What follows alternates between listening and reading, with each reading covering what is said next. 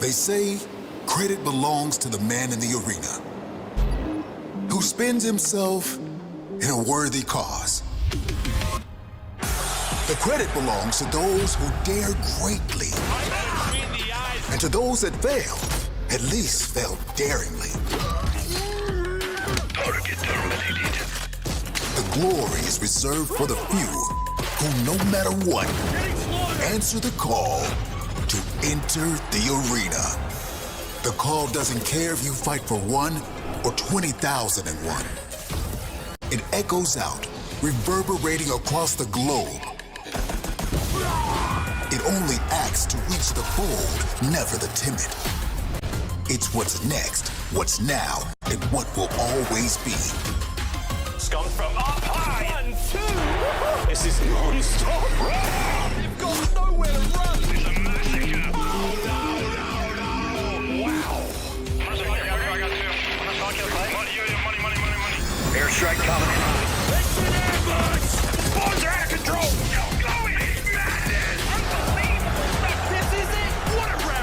Call delivers victory to the deserving and rewards the devoted. For when your time comes, there is only one option. Enter the arena. Fight for the call.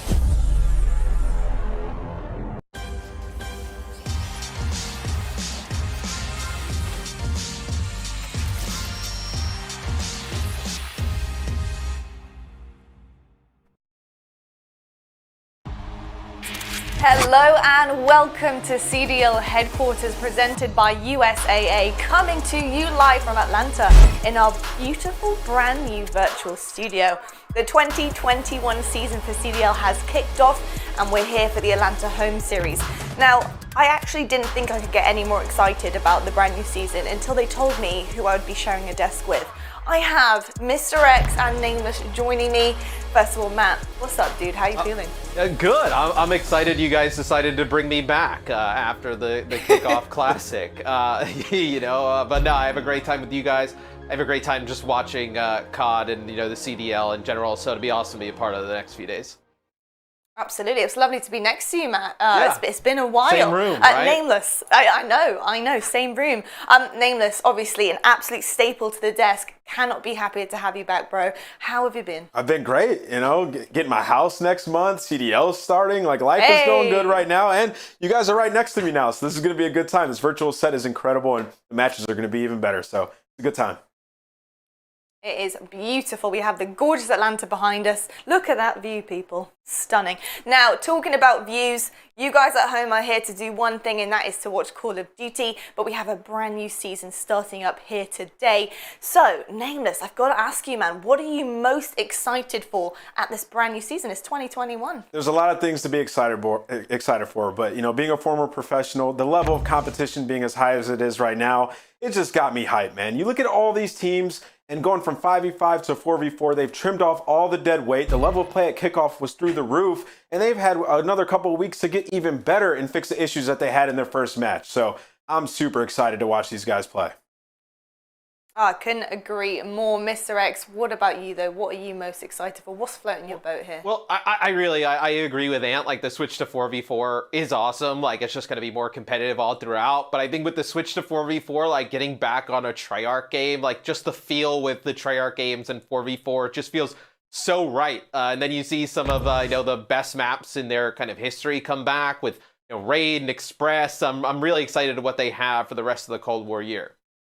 Couldn't agree more. I think both of you make valid points. I'm excited for all of it. But for me, I think in particular, I'm so excited for the influx of new talent this season, because if last season was anything to go by, we've got some rising stars coming up. I can feel it. We had Awakening last season. East. We had Shotzi, who took MVP of the entire league.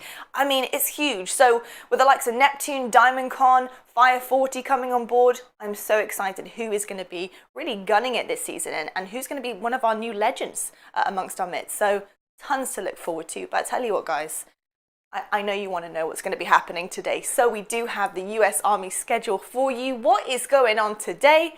Plenty, I can tell you that. We've got some amazing matches here on the board. So starting off your Thursday, we've got Rocker taking on LA Thieves. They're back in business, baby, and I'm very excited to see what that match is going to bring. We've got Dallas Empire versus Seattle Surge. Tomorrow we have Optic Chicago versus Paris Legion. Atlanta FaZe to round off the day against LAG. And don't worry, folks, we have another 2 days of action for you. That is right, it doesn't stop there. We've got LAG taking on Paris Legion. We've got the Mutineers going up against Toronto Ultra. Then we have our Game Fuel marquee match, LA Thieves versus NYSL. And Sunday, it still goes on. We've got Royal Ravens versus Seattle Surge, Dallas Empire versus the Rocker, and then our final Game Fuel marquee match of the week, we have got FaZe versus Optic. I know that you guys have your eye on that Game Fuel marquee match right down there on Sunday. So I tell you what, you're going to have to stick with us all week to see exactly what happens. So that's the rule. It's the one rule about that Game Fuel marquee match. You've got to stay with us. I'm so excited, gents. And I think, there's lots to look forward to in the league, including, the re-up of one of the teams that we have seen in COD previously. Now, they're back in business, and I'm not just talking about hoodie sales. I'm talking about Call of Duty as well. We need to take a closer look at LA Thieves. Well, my off season was terrible, to be honest, really stressful. For the longest time, we were just kind of waiting around. And then finally, after like a month and a half of just being in the dark, We found out that 100 Thieves was buying the team. I was actually out on a run. I come back, I'm drenched in sweat, and I just check my phone. I'm getting a FaceTime from Nate Shot. The second I woke up, I had a FaceTime from him and my mom, and I FaceTimed him first because you don't get a FaceTime from Nate every day. And I literally started jumping for joy. I couldn't believe it.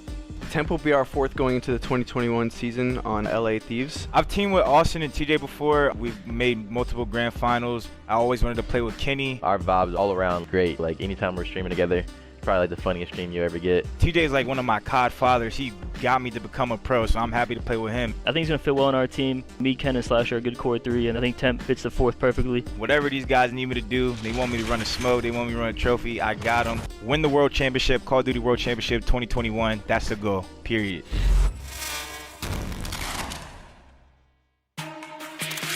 Now, this team is stacked to the brim with talent, but one person that's standing out to us this season is Slasher. This is his stats from last season. Nameless, I've got to ask you, man, he's obviously an incredibly decorated player, but he didn't quite reach his potential peak performance that we have seen from him in past Call of Duties. So is that kind of, do you think, down to the team dynamic from last season, or is it something else entirely? I think team dynamic played a part of that, obviously. I think MW was just a tough game for Slasher. Individually, he got pretty good towards the end of the season, but the way they started off, right, like on LAN, it was a little bit of a rough start, and then when the pandemic hit, they had to switch to online. A lot of variables for this team being out in LA, it was tough for them to compete, and I think it was easy for them to find excuses, right? And then towards the end of the season, when Kenny and Slasher went to Texas, they were playing great, and now obviously they're down there with a brand new team, and they're extremely confident going into it, and I think this team could do a lot of damage this season. Slasher, 6 championships, won 2 of those with Kenny, 2 of those with TJ, and 2 with his coach now in JCap. I think they have a lot going for them. Absolutely. You mentioned obviously JCap as a coach and his comeback into the Call of Duty League. And we have seen how previous pro Call of Duty players make incredible coaches. Just to name one, Rambo, obviously. Very well decorated coach, now has something under his belt, including coaching and a victory there. And he's quite specific with numbers, with VOD reviews. He's very detailed. What type of coach, Nameless, do you think JCap is going to be? But more importantly, what type of coach do you think he needs to be for his team? So I had the pleasure of teaming with JCap for a couple years. We won 2 championships, and JCap he's really good at becoming a good friend of everybody, but outside of that, he really understands the game on another level. This guy's been at the top of Call of Duty since, Call of Duty 4. This guy was winning. So I think JCap for this team is going to be a huge point of interest that you're going to be looking at throughout the season whenever they hit a rut. I think JCap's going to play a big factor in getting them out of it. I think that he's built a good relationship with all 4 of these guys over the last couple of years, and it's going to help tremendously. Awesome. Fantastic stuff. Mr. X, we need to talk, of course, on the other side, the purple side. We've got to go to Minnesota Rocker a little bit here. How do you think that they're going to kind of fare against LA Thieves? And what do they really need to do, Or what would they actually be happy with, do you think, at the end of this match? Well, I think when you saw the group selection show, right, it was really like in this spot between Minnesota and Florida, both really good teams. In this match specifically, though, I think what you're looking at is like, does the LA Thieves kind of play how they did in the Kickoff Classic? Are they better than that? We kind of have an idea of where Minnesota is as a team, and they have such a difficult week. They have this match against the Thieves and then the next match against the Dallas Empire. It's tough. If they go 1-1 this week, you'd be like thrilled if you're Minnesota, and for me, I think this is the game they need to win. Yeah, definitely. I think for me with Rocket, it does come down to sometimes, not all the time, but individual kind of performances. I don't like to say that too often, but I'm really looking at Priester right now because I know last season, obviously the kid is fire. We have seen him on Atlanta FaZe. We can see what he does on his good days, but he does have hot and cold days. Now, I would love to see him kind of obliterate the cold days as much as he possibly can, because I think when Priester is on form and he's performing well, I feel like this could be a really, really good team, a really good team. I don't think it does just lay completely on his shoulders, but I do think it does play a big part into how this team performs, the way that they're going to be playing against some of the bigger and better dogs in the league. So really excited to see what they're going to come out with this weekend, and especially in this first game. But I tell you what, talking about Priester, we do have our social soundboard powered by Astro to take a little peek at right now, because he has been tweeting. He said, kicking off the CDL today versus LAC, excited to be back in the mix. So, do you know what, Priester? We're really excited to see you back, man. We know what you can do on the sticks, and honestly, I can't wait for it. So, gents, without further ado, I don't think I need to spend much more time on this, because we got a game to come up and play here right now. We got LA Thieves taking on Minnesota Rocker. We got Miles and Chance in your ears. What more could you want? We'll see you for the break.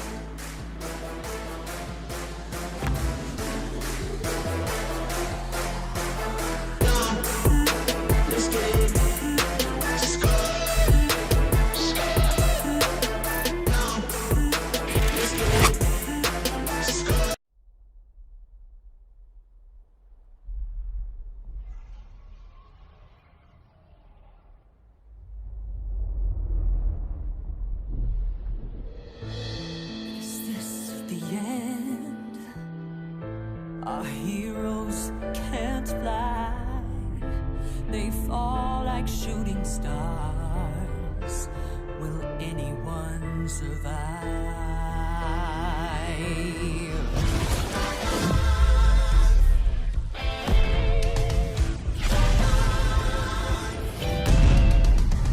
Dragons take flight above the ice and snow, high in the sky where the cold wind blows. Wings beat down as they beat back foes, flaming hot fire over frozen bones. Good unites against evil they oppose. They ride or die as the legends grow. We must go to stand still as our heroes. There are no silence in this combat zone. Beats midair, yeah, it's a chiller. Life and death, yeah, it's a killer. They go round and round as the beat down pounds. Aerial thrills, yeah, it's a thriller. The sky's filled with trauma and all of this drama, portending and impending. Crash down. It's dragons, it's dragons descend.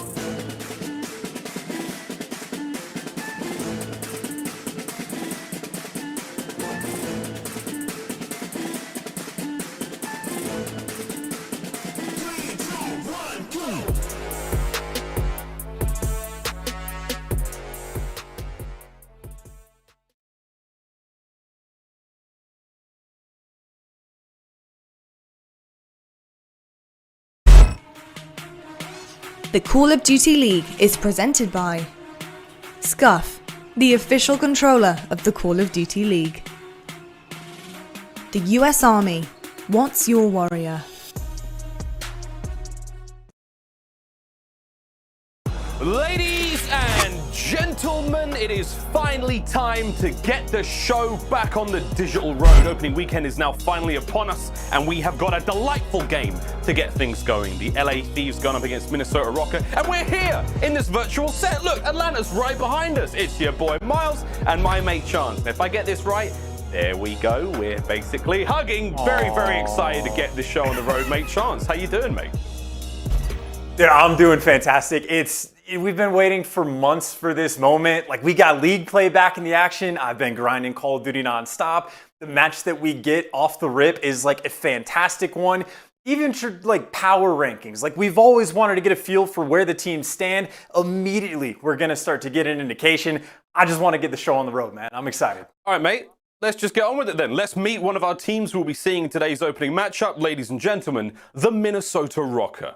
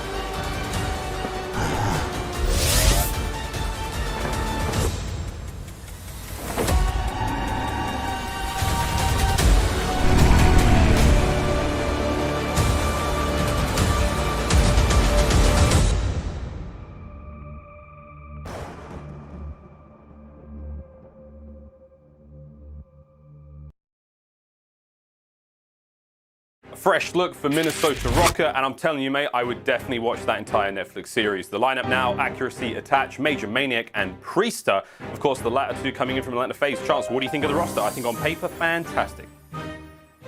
This team is ice cold, like in the truest sense of the form. Again, we are going to talk about their search and destroy all year long. And I think consistently just talk about how clean it is, how they are going to be sort of setting the example that I think a lot of teams in the league will pay a great deal of attention to them, see what they do on the map, and try to plan around it, because I got a feeling they're going to do a lot of teaching this year. Well, they're currently the Kings of the North. If we take the Kickoff Classic for anything to go by, they did manage to beat their other purple-clad rivals, Toronto Ultra. But we're not going to be talking about those guys just yet. We have our other side of this opening matchup. Ladies and gentlemen, put your digital hands together. Get a 1 in the chat. Los Angeles Thieves. I'm with my gang, with my squad, what the fuck you want? So I got people just tuning in, and I'm never strong. Sometimes I get so high, I never land. Ain't no need to overthink it, I already understand. They be plotting on my downfall and need another plan. But we welcome all that hating, I'm like, they can come again. Made a stack off the game and gave 100 to my man. I don't owe no money to him, I just did it cause I can.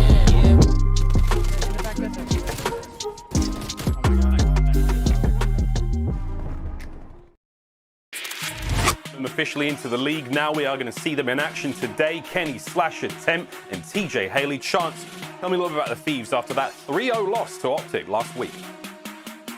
Well, I mean, the 3-0 loss is not going to be the indication of the success this team will have this year. This is juggernauts across the board, everyone winning chips at different points, world champions on the team as well. You know, I talked about the search and destroy for the Rocker, but even this team, man, not too shabby. TJ and Kenny, been S&D kids for many years, and that's why this match is going to be so fun, man. There is a dogfight right now to be the best in the game. It is not clear-cut, and these are two teams that are looking to take that title from the Dallas Empire. Absolutely. Well, mate, before we get into our matchup, we're going to do what we usually do, boys and girls. It's a brand new year of the Call of Duty season, but we have got some old familiar faces coming back. We're going to quickly now look at our game fuel keys to victory. The LA Thieves up first, Chance. I'm saying you've got to take advantage of the fact that Rocker are not as strong at hardpoint, punish them in the slaying department, and build that confidence after the loss against Optic.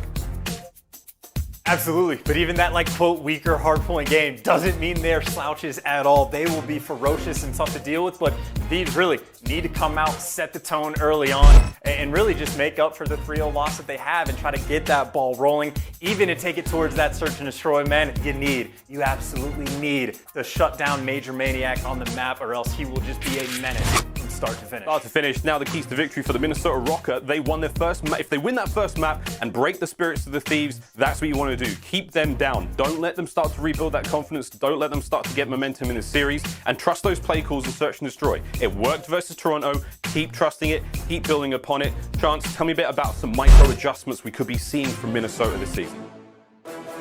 I mean, it'll genuinely be a thing. Major Maniac is a great example. Priest as well. If you just want to pay attention to those guys on the minimap and see what they do round after round, they will generally be accomplishing the same type thing on the map, but they'll be doing it in 3, 4, 5 different ways, just making sure to give the other team a ton of different looks, mix up the angles a little bit, and just make sure that you are incredibly difficult to deal with. Henny on the side of the Thieves, a fantastic player at this as well. Just making sure that even if you're game planning, even if you know what they're going to be doing in the game mode, it is still not going to be easy to take them down because of the different looks that they can show. Different looks in the theme so far of the league as we roll now into our first match, and it's a Garrison hardpoint, looking a lot like league play right now. Whole load of Gary, baby, but we are excited to finally get the 2021 season off to a rip-roaring start. Thieves versus Rocker. Chance, I am immeasurably excited seeing how this one goes down, and already we're off to the races. Rocker finding themselves the early time, and it's going to be a nice string of kills there from the Thieves to get themselves back in a position. And that looked to be about the cleanest opening break you could possibly have. We go on board and it is basically 4 down, and the full setup is going to be in. TJ and Kenny, you see they got the coverage over top of each other, and this is already just fantastic time for them to get. Slasher, by the way, 74U, he's got at least in the back pocket, so he's going to be well equipped for any gunfight. Yes, he does get taken down. You can already see nice little bit of time getting developed, still getting the kills from inside of the hard point, and this is the exact start the Thieves needed to have, man. They got to get that ball rolling, got to make sure you get off to a hot start, and again, just make sure you set the tone for the rest of the year. Nice little 30-point lead they've been able to build. Yep, onto the rotation now, and it's going to be Temp trying to find his way in first. Major Maniac unable to make those rotations there through the bottom of the crates area. Back on board with Slasher, 5-2 overall. That PIP showing you the radar truck. That's where the next hard point will be. And already Kenny, Temp lining up the kill feeds. They've got themselves solid control. The time's now going their way. It falls to Slasher now. Try to stop these players coming in through mid. Now off spawn. TJ from up higher from that top green position. There's a bit of an exchange of gunfight. And so far, Rocker able to buy themselves some space now in the middle of the map. Over to Temp. Over on the hard point, accuracy rips him off the top of the heady. It's going to be to TJ now. And I will say, Rocker, the break looks good. But here comes the next wave of Thieves. Oh my God, and talk about the team kills coming through, and then I think the trophy system that accuracy tried to get it out ended up killing himself because of it. So I was gonna say, just by themselves, they had a very nice job to actually break through. Then unfortunate the way it ends up playing out. The team kill is gonna be a bit of a detriment, and you can see that resulting in the score. It's gonna be an 80-point game going into new. And now if you're the Thieves, Temp's the man leading this charge. If they're able to break through on this hill, it might just turn into a spiraling effect for the game, but Temp gets taken down, Kenny as well. That means at least that first push gonna be stuffed for the side of the Rocker, finally able to get some points on board. But of course, Slasher in the back being sneaky. He's got that 1v1 against accuracy, and Slasher wins it, at least for the moment, making sure he can block those spawns for his team. And you can see it result in Thieves getting right back inside. Well, it looks good, but I wonder how good it sounds. I think it's now time to go into an Astra Gaming listen in to the Los Angeles Thieves.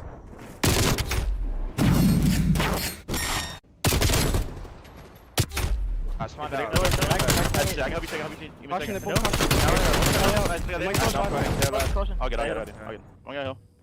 push our caution here. You can be left on this. One more. Deep narrow. Yo, one's going deep on the Fox. In top green, major. Gotta come major. Top green. And one's going to be on you. One up P2. One's on you. Nice. On new screen. Green. Now we green. I have right. He's going up P2 right now. He's in the right corner. Oh, one shot. You in the top 5. Go past. Play for the guy green. Don't do it. Top green. Back box, one shot. Green. That box major was weak. I don't see him. He needed me. You on me still. I'm not sure. You. I reply. One shot catcher. Literally bullet catcher. Can I do it? There's absolute in the mid in this mid corner right here. Yep. Can you nade it? I can nade it. Red tap, Hey, front top green. one shot absolute. Hey, we had left mid. I'm one shot. Get kills, get kills. Yep. We spawn on the pin. One shot, that's it. I'm Both of you guys cat. play right. One shot, one shot, Get kills on spawn bots. I'm in top green. One's Rose. Top green. Nice. And then right corner right here. In this corner. That's one shot. He's looking very strong thus far in the hard point. A nice couple of kills there from Kenny, trying to keep Rocket in and out of the point. Back over to Slasher now, in full control of that hard point for the remaining 10 seconds. You can see rotations already going down. Attach on a bit of a tear right now at 13-6 overall. Again, that next hard point about to pop wide open. This is the last one of the set. It's going to be still Attach from up high, finding these great kills on these members of the Thieves down low. Fresh mag into the 74U and back off to the races he goes. And again, no one in the hard point just yet. We're still teetering for control right now, and it is actually going to be accuracy on that minimap. Top left-hand side, trying to keep the Thieves in their spawn. Major Maniac now can't quite get involved, and with that, you've lost all the high ground right now for Rocker. So they are going to be fighting from downstairs. Priest is in a world of trouble. Can accuracy retain any semblance of the control here? Keep the time ticking. Well, you actually see the problem that Temp is causing. Accuracy is just so focused on green because of the spot that Temp gets inside of, and that is just beautiful play. Not over-channeling, Temp taking his time, because they were getting spawn trapped, right? Like, Accuracy was able to get a couple kills in the back, but just because Temp gets that clearance over towards green, you're able to flip those spawns, keep the rocker outside of the hill. And frankly, I mean, how much, 20 seconds on this hill in total was actually captured by either team. Just a ton of either contest or no time at all coming through. Of course, that results in effectively the back 50-50 stalemate. You got the Thieves spawning out once again, but that's actually going to help pinch the rocker in. With TJ back in his spot, we saw this right off the rip inside the hill. Wins the big gunfight with the 74U as well. Thieves right back in the wheelhouse. This was the hill where they were the most comfortable. They're looking very, very strong right now. It's going to be an interesting rotation. You see, we're worrying about that number 6 in the minimap attached. Just keeping an eye on the flank, but for now, you have to win the fight up front. Through the pipes come a few of them. Major Maniac gets the first kill. Kenny now up next. Priester wins his gunfight as well, so Kenny finds himself too. Is there a third to be had? No. Major Maniac's going to get him good and proper. Over to Attach once again. Oh my word, he's finding 2 here right off the rip. 21 kills overall, 7 deaths. A man's on a 4 spree, and with 20 seconds left, it looks like he will be going for the rotation. We do have a decent amount of control right now for Rocker. The ability to take the lead in this map chance for the first time has been entirely the Thieves' game so far. Right off the rip, though, Attach still making the run happen. 5 in a row before going down. 22 overall. Major Maniac now on a 5 spree, and the cold north of Minnesota is starting to heat up. And I love the patience coming out at play as well. Attach waited for his team for 15, 20 seconds while he was top green before he made a move at all. And again, the smart plays go a long way because that is a long setup for one. Accuracy to be in the back. He's able to pick up 3. He's got your bricks control, but you get that early control over towards that radar truck. And this is a hill that is incredibly difficult to break if you don't make things spicy. Keep in mind, Accuracy in the back just now got taken down by TJ. He did a fantastic job. And you see sort of that staggered setup. You finally get past Accuracy, then you got to deal with Major Maniac. You think you're trying to work towards the radar truck? Well, the rotation is in, and this is looking like it's going to be a very clean and pretty full 60. This Temp decides he wants to fly out an ego trial outside of green, but he's being nice and patient. You can see the rotation coming in. Right now, Thieves making sure that they are very delicate, making sure they keep that right side of the map spawns, making sure they can get the setup on this new hill. See if they can respond with a full 60 of themselves. Right now, all of the rockers will be floating through green. And do what he can to slow him down, finds 1, no more to be had there. Lovely work nonetheless. It's going to fall to Kenny now on the warehouse side of the map, top right-hand side, just to watch the center of the map, make sure that no members of Rocker make their way through. But already, Accuracy making his way forward. Kenny now on your screen, holding down the right flank. Lovely shots into the second. Major Maniac tagged up. Not quite enough to get the kill, though. But Slasher finds himself too. The defense will hold. Thieves still holding the line, and they're going to slow down Rocker now for quite some time. Again, Kenny trying to be a nuisance from the backside. TJ making his way forward now outside of Tools, getting the work done. Temps watching the rear, and so far, a wonderful setup to get the Thieves back into this one and retake the lead. And right now, I imagine Kenny, well, number 1 and number 2 on the right side of the minimap, gonna start to try to push up and potentially give up these back spawns in the final few moments, but looks like Attach, again, the main slayer for the team right now, not able to get that second kill, and that was effectively a full 60 seconds to get the Thieves the lead. Once again, very back and forth game we have so far. Now, of course, on the hold, you see Priesta very concerned about this vents room. Kenny's already been able to slip through just a little bit, but that's where all the pressure comes through old, and actually a couple players able to get out. Kills getting traded back and forth. TJ inside the hill, and Priesta, frankly, just needs to find the moment to attack. Finally able to swing over. Ooh. now that he's under Sky Tank. 2 nice kills from him. He's got his teammates potentially going to be looking over him from top green. Nice bit of time purchased there, nice bit of space garnered on the map, but with 35 remaining on this hard point, that old Sky Tank's going to be the play. Attach trying to find something here. Finds himself a TJ out and about. Major Maniac putting that assault rifle to good work. And the XM4, the staple right now for many assault rifle players. Accuracy now on your screen. Hard point time accumulating. He's got to hold this line. His teammates doing what they can to isolate those fights. Up first is going to be Slasher, takes care of him. Kenny wins another one. Slasher from down low finds himself a second. And with that, the hard point, the Thieves, the breaks have been great. Next rotation though underway. That side of the map looks to be Rocker territory. TJ's got a thing or two to say about that. Will go down, and it's over to Temp now, trying to find his way forward. Major Maniac's going to be up next. Temp slips the net. For how long will he be able to stay alive? This is a big catch if they can take care of it. But for Rocker now, it's hold this position, keep these kills coming, and TJ once again right in off spawn, a nightmare on Garrison. And this is quite the balance as well, because you can see the split spawns coming in. They gave up those back spawns, but Priest is still that last man alive. That's who Temp needs to deal with. And while those gunfights are going on, you got TJ trying to set up for the spawn kills. This is a hill that can be very difficult to balance with the timing of when you want to spawn them in the back. For the moment, the Rocker taking advantage of that fact, at least making things messy. You have a little bit of lights control as well, but Slasher hanging out inside the hill. There you go. The lights kills coming through. Accuracy able to pick up 2 big ones. And this time, once again, this is a hill where not a ton of time has been given to either team on it. But as things stands, obviously for the Thieves, 40 points, and they will take away game number 1, but the Rocker not very far behind at all. If you're looking towards any sort of setup over towards New, well, TJ back in his home in that first hard point, and he's the lone man there, the Rocker potentially getting a little bit of spawn trap here. This is what you're worried about now. Rocker have basically got them covered. This could be a two-positioned pinch, but no, TJ is going to win one gunfight. Back over towards Kenny, who has not lost a gunfight in quite some time. Priester got involved there. Over to Slasher. Priester continues the run, and it's an open hard point. It's anyone's game right now. If they can get on board here and start picking up some time, it's going to be Major Maniac. On the counter-offensive, TJ in his spot, finds himself 1 or 2 before going down, and oh no, the trophy's there. Is going to take care of Major Maniac. Very unfortunate. Slasher wins another big 1v1. Kenny wins his as well, and the Thieves, they're getting it done by themselves. Over to Priester now, trying to make the entry kills. Can't quite get it done. From the bottom of the catwalk stairs, the final 10 seconds now. Can it go the way of the LA Thieves? Can they get themselves their first win here in the CDL of a map? And Accuracy's doing everything he can to try to stop it. The final 5 seconds now as Temp goes down. An open hard point for the time being, but once again, rotations, rotations, rotations. We have Thieves in position for the win. Can they hold the line and pick up those final 5 seconds? That's all they need to do. Major Maniac tries to get involved. It's not going to be enough. And the LA Thieves, welcome to the COD League. The first map on the board. Back in the thick of it again. They need to set the tone with the first hard point. They did exactly that. And frankly, right from the opening break, I mean, they went up, what, 80, 90 points to, I think, 5 that the Rocker had. And after that, super back and forth game, but it was really just chaining that opening break where they got that clean 4 down, making sure you keep the spawn, making sure you keep that pressure over towards top green for the rotation. It's just very efficient gameplay coming in from the Thieves off the rip. Attempt, everyone looking solid there. Again, we go back to those game fuel keys to victory. Again, it was you want to punish them in this lane department. The kills were flying through. We saw Kenny picking up some great kills. We saw Attach from the side of Rocker doing what he could. But again, got to look at those individual gunfights. You got to look at those kills overall. That was all the Thieves. They had that map hook, line, and sinker from start to finish. Some fantastic signs of life coming out of the Rocker. Again, a massive shout out to them, doing a lot of work clearly in the few weeks between this and Kickoff Classic, because by all accounts, their hardpoint game was the weakest mode they had. They did not have much success against the Toronto Ultra.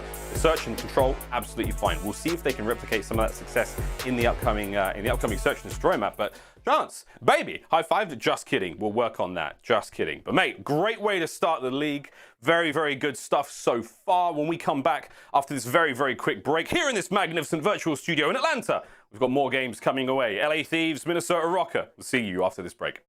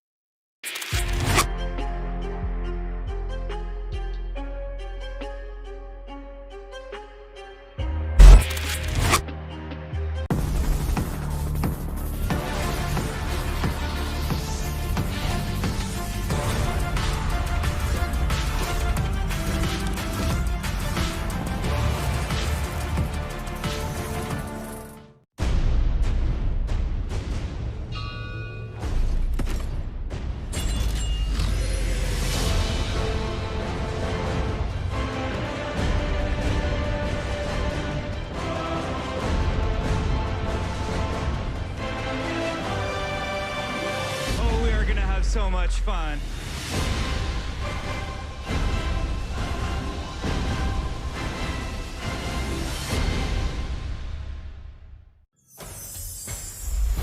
I will fight with honor. My weapon brings justice.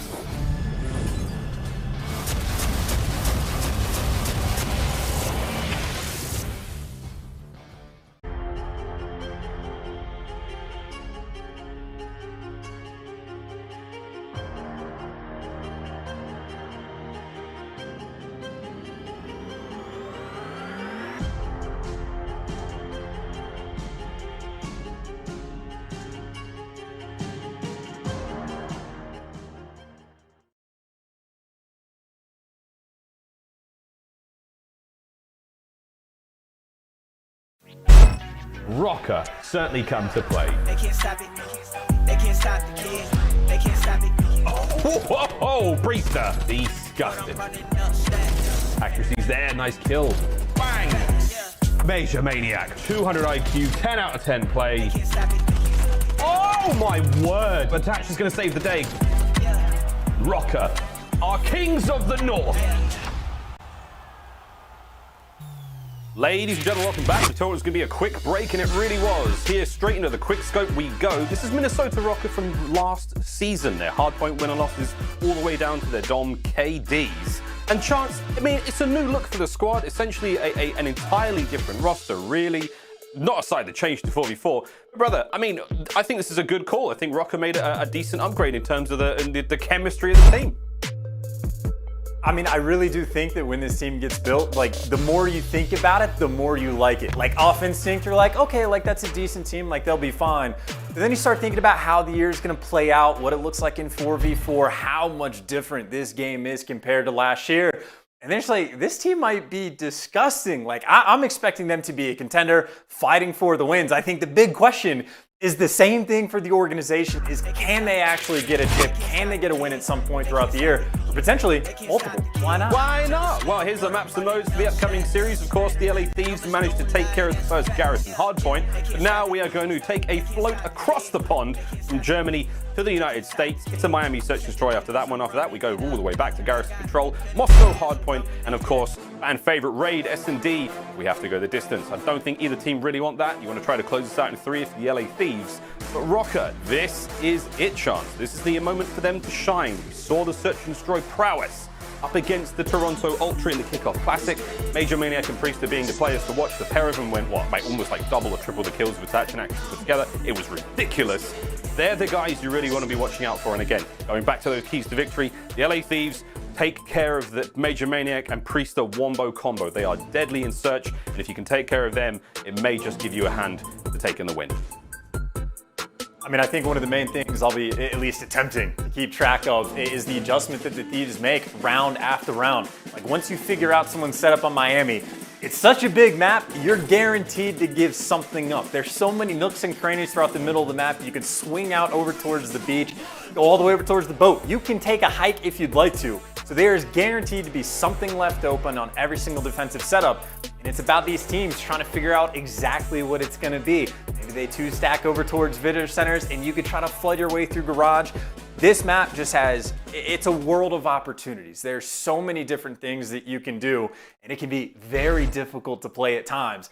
That's why I'm excited to see the pros take a crack out of it, because there will be some very different styles between the teams. No, very, very different styles indeed. But Chance, we have to slow you down there, brother. We're going to have to reel you back in, because as you saw, we have had a bit of a technical issue. And I mean, no one gets more excited talking about micro adjustments and holding cameras than you do, my brother. But yeah, we've got a little bit of an issue. Players are going to be getting into that lobby ASAP. Don't go anywhere. We're not. We're going to chill. We're going to wait for this to get sorted out so we can get into that Miami S&D. But brother, yeah, it's going to be an interesting one. Again, first time we're seeing Miami now in the start of the CDL. It's very, very exciting. It's a big old map. I kind of compare it to Arklov Peak. I'm not sure if that's fair. It's just huge. It's just a really, really big place to play in. Beside like Arklov Peak, Dansk, Miami. Big maps, that's all I'm saying. But very excited to see how this one goes down. And yeah, you said, mate, it's all about those adjustments. We can see the Thieves play the big game, you know, try to outsmart Rocker, you know, and outskill them every chance they possibly get.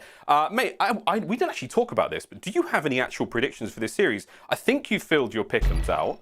Of course, you can go to the Call of Duty League website and take care of that. But I filled this out as well, and I think I have this as a 3-1 LA Thieves. Do you remember what your score was?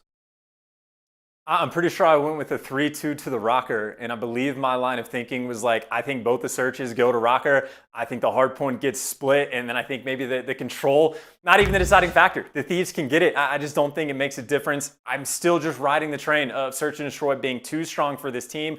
I think they're going to be incredibly nerdy. Even for like Major Maniac on this map, he's going to be the guy that's like looking under the vans and shooting you in the feet and getting kills from lines of sight you didn't think were possible.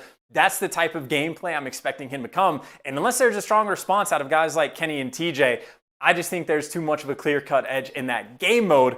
Of course, maybe the snipers will make an appearance and can mix things up a bit, but we'll have to get a good look. But that's my pick. 3-2 for the Rock. I like that, man. I'm with that. I'm with that. Again, don't think you can also do pick'ems as well, more on the Call of Duty League website. But here is the point structure for the 2021 season. So home series, you're getting 10 CDL points for each match win. When we get to the majors, that's in a couple of weeks' time. First place is going to net 75 CDL points all the way down to the 11th and 12th. You get nothing. Good day, sir.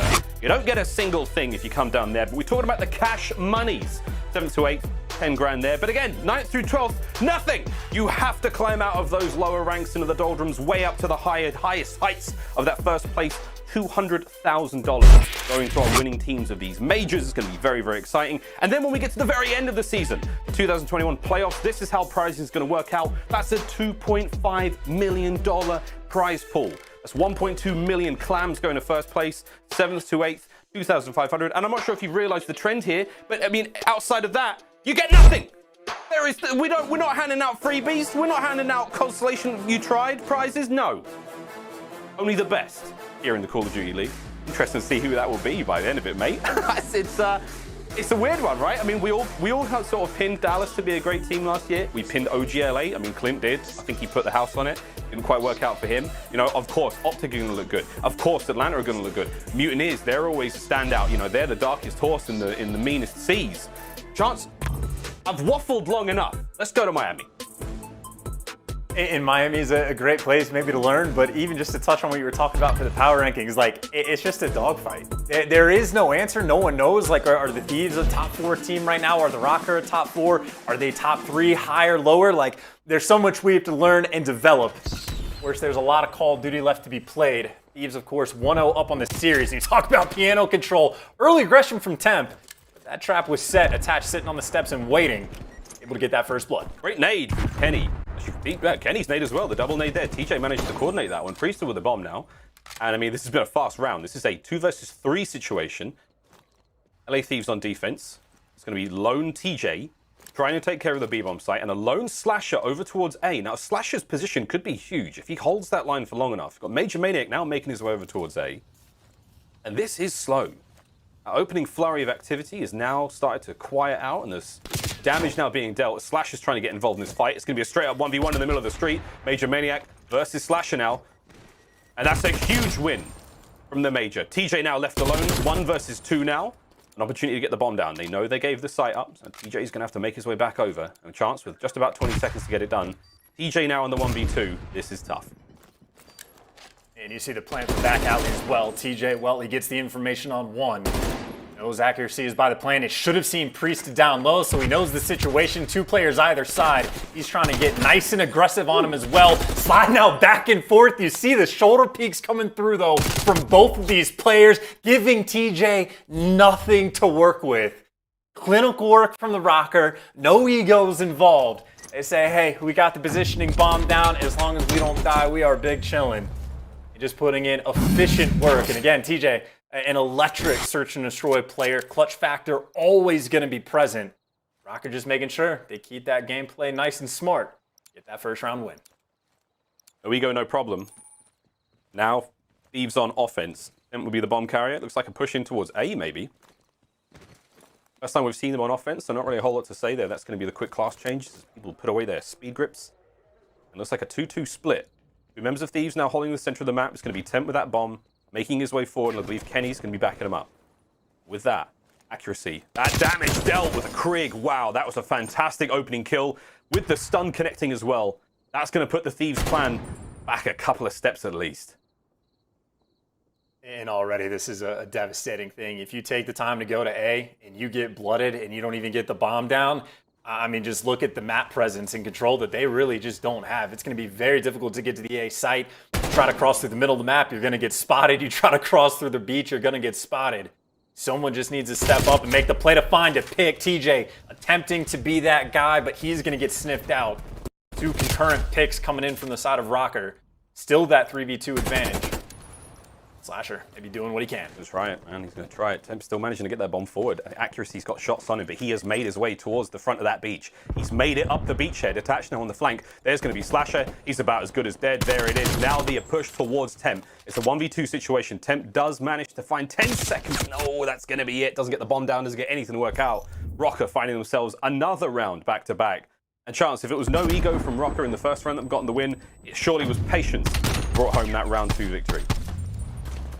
And really just the first blood coming in from accuracy as well. It's a theme of this map. If you can get the bomb planted, it doesn't even entirely matter if the guy that plants dies and gets picked right after, because if you plant for the right side of that A bomb, you can see it from driveway, you can see it from back beach, you can see it from the boat. You have so many options for you. But if you're trying to push into the A site, down a man, and you have no control of anything, it can be next to impossible. Of course, maybe the Rocker will show us a bit of the look over towards A as they're going roughly the same direction. Of course, no first bloods coming through just yet. You got top piano control. Temp is making sure he tries to keep that on lock. And, well, Slasher doing the same thing Accuracy did. There's a lot of control of the map, a lot of information, and there's the first blood. Deja vu all over again coming through. Now we get to see how the Rocker handle, well, the 2 versus 3. Well, they're going to do what they can. On board now with Kenny, who's sitting towards the B-bomb site, but A is certainly where the love is. The bomb is down just on the outskirts of that A-bomb site, so we're going to have to see Rocker not only take the covering fire now from Slasher, but they have to advance to the bomb site, recover the bomb, go for the play there. Thieves well spread out across the map, perfect coverage, nice shots from TJ range with the XM4. Now it becomes the 3 versus 1. First blood reigns supreme. Kenny's now on the hunt, making his way downtown. Major Maniac's in a lot of trouble. There's 25 left on the clock. He's now pinned down. There's going to be the win. Thieves stop the bleeding. 2-1. And you can hear the piano getting played in the background as well. Again, it just highlights the difficulty of trying to push to this site. You have this angle from TJ, again, just all the way in Narnia, effectively in the back of the map that you can hold those angles. There's 3 different windows from top visitors you have to be concerned with. You got to be concerned with guys on the bushes getting the picks on the cross as well. And effectively, if you're not running a snipe, you're just hoping for decent timing to approach this A side as well. So maybe the Thieves feel that it's a little too difficult to go to A. And actually, well, the pressure might be all right. If you got a double stack on defense towards the A site, you might actually be able to bully out through Garage, through top piano. See if you can make a play over towards B. Priest in the back alley, and you see Attach underneath the bomb. 2 players trying to hold the line. Full jump peek there. Thatch is watching the close push now from Garage, but there's not going to be many players there for a moment, but still, patience will pay off. Kenny from up high. Flash is still trying to make the street safe, and then no one can come in through the bottom of piano and ruin this lovely song they're putting together. But again, Flash's battle now against Major Maniac, something we may see quite a lot of in this series. The assault rifles go toe-to-toe. Trying to watch the backside of the map, trying to make sure the hotel's squeaky clean. I'm not talking just about being sanitized. TJ now making his way through the Garage. Major Maniac has managed to make his way out, and that's going to be a big kill. Opening Gambit now is underway in Slasher. He goes down as well, and blink and you'll miss it. It's a 1 versus 3. It's over, Rocker.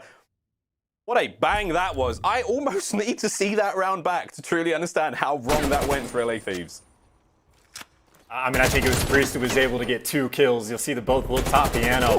Basically, there is a ton of pressure on this young man. Actually, he's able to pick up 3 along the way. But if you have, what was it? I believe Attached sitting underneath the steps and he's just watching the close cross for you. That is a genuine 2v4. Obviously, Slasher goes to pick up the flank, but that means if they're able to get out top piano or flood through Garage, it's tough to be able to hold that line. But Priesta doing it like an expert. 6-1 to his name, and I will say in the background, important gunfight that is won. Major Maniac just hunted Slasher down, tracking him just the whole way around and around nice and secure, but 3-1 lead for the moment. And you see Rocker again trying to go back towards this A site. Maybe a little bit of pressure over towards Garage, maybe try to make a little bit of noise. See if you can bait out a bit of a rotation. Mind games here in Miami. No one's playing just yet. Just under a minute left on the game now. Priesta, we worried about him in the game field keys to victory. A real thorn in the side of the LA Thieves, and so far so good. Slasher versus Accuracy. Assault rifles going toe-to-toe at great distance there. Both of them running Krigs. Accuracy quickly repositionings there by the Catamaran. Bomb gone down. So, finally, we're going to see some action. Attach managed to sink through.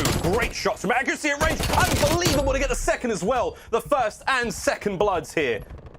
This position as well, absolutely preem to take care of the players on the way towards the A-bomb site. TJ making his way forward, cut down a Rivers by Attach, and it's all down to Temp in a 1 versus 3, 25 seconds on the clock. Chance, I'm going to call it here, mate. I think it's done. I think it's done. Done and dusted. And again, you could even see from Temp's POV just how difficult it is. He knows that he has to be worried about drive-away, but before that, I mean, just straight up laser beams coming in from Accuracy. Wins both the one-on-ones there, and that is just a guaranteed round win after that point. Again, even if Attach dies off the bomb, if he gets naded out, tagged up, whatever it's going to be, even in a 3v4 after the bomb is planted, you can still get a strong hold. That's not necessary if Accuracy is getting those picks as well, so job well done. Comfortable search and destroy so far, it seems like, for the Rocker. As the Thieves, well, I mean, they've gone to A once, gotten stuff, gone to B twice, gotten stuff both times. Trying to figure out something. This is actually a fairly fast approach around towards the beach, or at least they've stacked the pressure sort of high. Major Maniac, though. He might be here just completely unannounced. Not sure if they know about his positioning. Dude, this could be another Major Maniac 200 IQ play. He just may have put himself right in the sweet spot. I'm just going to check slowly. Major Maniac could find something special here. If those players decide to overshoot and run towards the beach, that could well be it. Accuracy once again. Don't challenge him. Don't do it. You know he's going to kill you. Don't do it. He's disgusting right now. Disgusting. We do lose Major Maniac in the process, and now it's a good old-fashioned 2v2. Accuracy once again from up high. I mean, the dude is mounted. I didn't know you could do that in Cold War. I didn't know that was possible. And he ain't missing. Nice dodge on the nade as well. Temp's managed to make his way onto the bomb site. Still 2v1 situation. You know full well that you are in a bad spot. The park is wide open. And up high though versus Accuracy. No, he does it again. Lamar is unbelievable right now. It's 5-1. This is map point. Sheesh. Best play, he doesn't even get it. And it's always cruel when Accuracy goes and picks up all the most important kills. And nope, just the first blood coming in from TJ. But I mean, Accuracy right now, just having a grand old time on a 5 spree, 7 kills to his name. And it's not like there's any sort of like electric plays coming out to get this like 5-1 win. It's all just very clean cut gameplay, good positioning, and just making sure whether it's Priesta or Accuracy, those one-on-one gunfights with the Krig. Top piano control if Temp goes in for the rush. There's going to be a lot of gunfire here. Kenny, though, was able to pick up 2 just to make sure things get organized around. So finally, the Thieves with some sort of advantage. Major Maniac in the middle of the map. He's trying to get away with his life. He's going to get hunted down. And finally, the Thieves finally able to get some sort of pressure for the round win. Accuracy, though, for the 1v3. Oh, my God. I was going to say, what did he just try to punch at? I mean, he was feeling something behind him. I mean, that was vicious crossfire. Brutal teamwork from the LA Thieves. Able to make a load of damage early on. A huge 2-piece from Kenny there on top piano. Man was dishing out shots. Great way to keep this going. Now you need to see a bit of a momentum swing for the LA Thieves, because this is still map point for Minnesota Rocker to tie up the series. But you've just got to do something about Accuracy. Priest is dangerous enough, but Accuracy at range is just unstoppable right now. You bet he's going straight back to A. It's going to be a 3-man push in towards B on the defense. And Thieves are going back for it. They're like, how many more times can he keep gunning us from top visitor center? Honestly, I think the answer is a lot more. Watching the cross, this is great awareness from Rocker. They might just be able to read this whole play from Thieves. Yeah, no, Accuracy, that key man up top. I think he saw that player slide over to the boats, and you can see Major Maniac. He hears that call out. He's going to wrap back just a little bit.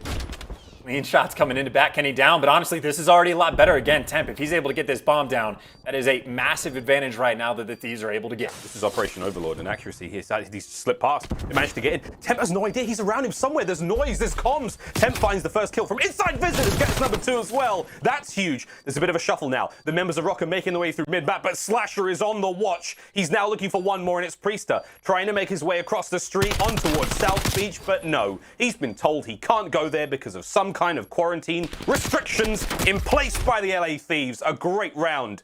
Another one back-to-back. And 2 very aggressive rounds as well. Obviously, the A push, it does take a bit of time to set up, but I mean, Temp basically just runs straight in. You have Kenny that's on the boat. He draws Accuracy attention. just for a few seconds. That's the clearance for Temp to actually run up on the bomb plant. And again, even if he dies there, still not a bad situation for him to go and pick up those 2 big kills, solidifies the round. But even the previous one, it was that hit towards top piano. Can he just fly straight in? He's with a teammate. He picks up 2. It is these aggressive rounds where the Thieves have been having success. And you see on defense, they're just flying straight up the middle of the map. Temp keeping the aggression as the theme. TJ with the first blood. Temp hunting down for the trades. 3v2 early advantage for the Thieves. Well, you call it, you're like, yeah, they're going to be really aggressive. That's where the success is found. And all 4 dudes were running down the middle of the street. I mean, I'm sure that's a regular occurrence in Miami. It's a crazy town. Attach does manage to make it over towards the A-bomb site. Oh no, tags up. Oh no. Slasher brings the Krig to the party. Now accuracy in a 1 versus 3. Possibly able to retrieve the bomb. But he still has Thieves all around him. This could prove to be sneaky. If he can play this slow enough, he might be able to divert some attention, maybe get those defending players away towards the B-bomb. But again, for accuracy now, with 38 seconds remaining on the clock, he does have to start making a move. His iron boots now in gear. The slow machine whirrings, eyes on Temp. Nice shots at range. Beautiful awareness on the Slasher. But Thieves once again get it done. And now it's 4-5. 3 rounds in a row. 1 more and we're all tied up. And I will say, beautiful angle right there from Slasher. He actually did spot, I think, just the foot of accuracy crawling away because you saw all of the arrows on the minimap turn towards visitors. That means Temp from driveway knows what to pick up. But again, the key of the round, just the aggression. TJ just flies straight through into piano, gets that first blood, and they hit it from, again, talk about the micro adjustments, a different angle. Instead of flooding in through garage side, you flood in through the middle street. Of course, Temp was there from follow-up as well. Back on offense, though. Thieves, 3 in a row. Looking to see if they can add some more. By the way, you see the same strat Attached doing the TJ thing, and Walt Major Maniac was doing the Temp thing. He's already made it to driveway. They have no idea. He finds the cut, looking for the second as well. And the nade might be enough to clean him up or try to back him down. Major Maniac playing with his food before the kill comes through. 2 big kills for him to open up the round. I was worried that the food was going to get a little bit dangerous there, but the air fryer goes out of commission. It's 4v2 now. This is for the map. Temp's backed on up. Bomb still in hand. Kenny has some control of the A-bomb site. Does have to worry about accuracy upstairs. He knows he's there. He's been there every round. It's worse than apathy in the vents on Garrison. You know it. You just know it. Major Maniac now, though, on the slow and steady wrap. And this is a very, very clinical approach from Rocker to set the table. And now it's time to feast.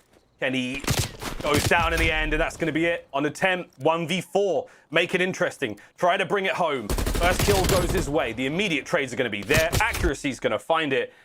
Minnesota Rocker. They keep their metal together, and they take care of the search. That's the series. All tied up. Who else but Major Maniac? Just floods straight up the middle of the map. Had a little bit of help with the bait from Attach, who flashed himself just for a brief moment in front of Piano, but just goes and hunts these kills down. Just to play, even the patience, man. Because if you're the guy that's floating in the middle of the map like that, you're worried about getting shot in the back from top balcony, players that fly over towards the beach side of things. But he knows exactly what the timings are going to be. Make sure to not rush into things with TJ, get that pick, and solidify the game. The expected, at least in my mind, bounce back, search and destroy from the Rocker. Great search from the Rocker. Again, we expected that of them. You did have to watch out for, we pinned it on Major Maniac and Priester. In that game, we saw a lot out of Priester, but accuracy was just ridiculous. It was 9-5, but we saw those rounds basically decided by him in those huge long-range gunfights down by the beach. You needed a lot more than sunscreen to protect you from that, man. That's what I'm telling you. But Matt, I mean, when I think of like the tale of the 2 teams there, Chance, like, at the end of the day, Rocker were more clinical. They like to set the table before eating, whereas like Thieves were like, I've cooked the pasta, I'm going to eat it straight out of the pot. Let's just go. And that style, they got there a little late, but they managed to find that momentum. They managed to find those big round wins. Dude, I think if they had almost got there sooner, if they'd managed to find that pace, like maybe 2 rounds in, 3 rounds in, this could have been a very, very different search. We could be looking at 2-0 here. The pacing thing could have been a big difference maker, or just win your gunfights against accuracy. Again, the number of one-on-ones that he was able to win from top visitors that basically just win the round for the team. So got to win the gunfights. That is always going to be an important factor in search and destroy. But again, close game in the end. A lot to be learned, I'd say, from both of these teams. I believe, Miles, we have the league play simulator for map 3 of Garrison Control. A fun one, as always. Well, dude, if anything, I saw a fellow commentator, Bryce Tacular, tweet about it today. We're going to be real good at it after a while. Before that, though, we've got our Army Tactical Play now, US Army Tactical Play. And it is going to be from round 6. We are going to be watching accuracy, delivering just swift destruction from from atop of the visitor center. And Chance, I mean, this position, he has great view over the center of the map. He can see park, hotel. He's got the views of the bottom side of the beach as well. It is a power position through and through, and accuracy really milking it for all it's worth. And again, he's so safe up there as well. He can afford to just take the time, dip out of the gunfights. If you feel like you're not going to win it, just buy yourself some time. And it is just a moment from Slasher where he's exposed for half a second and just gets dropped immediately.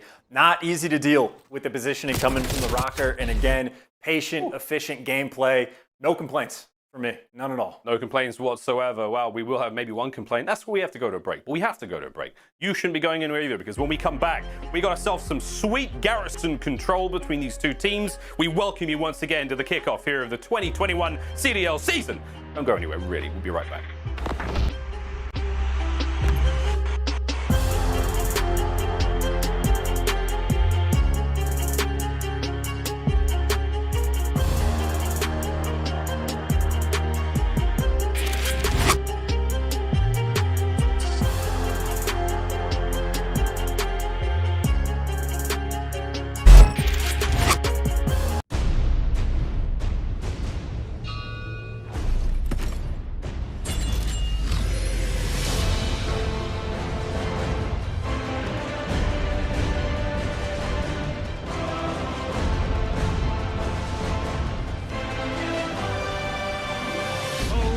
So much fun.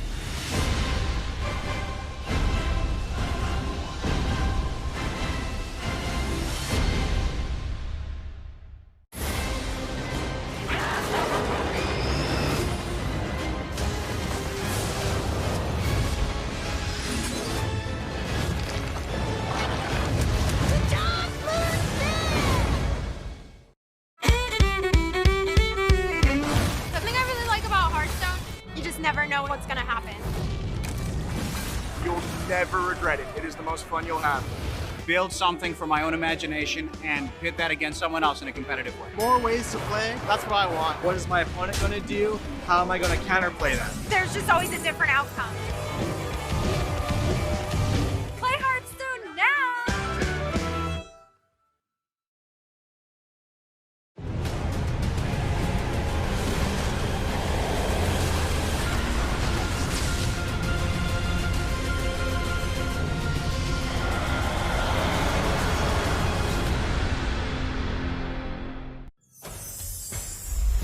I will fight with honor.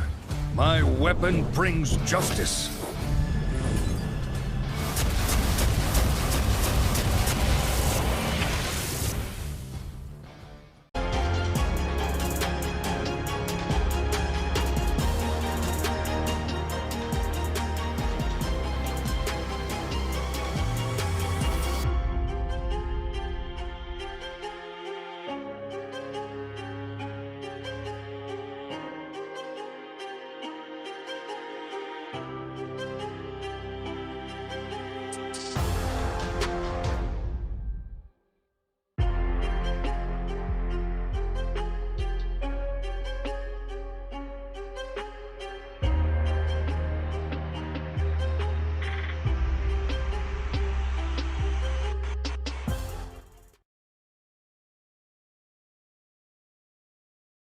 Call of Duty League is brought to you by GameFuel.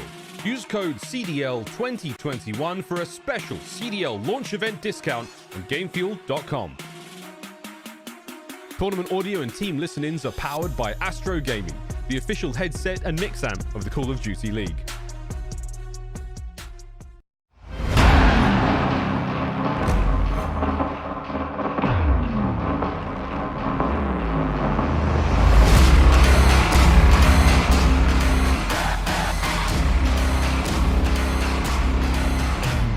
Coming into the 2021 season with a statement after 3-0 over the LAC.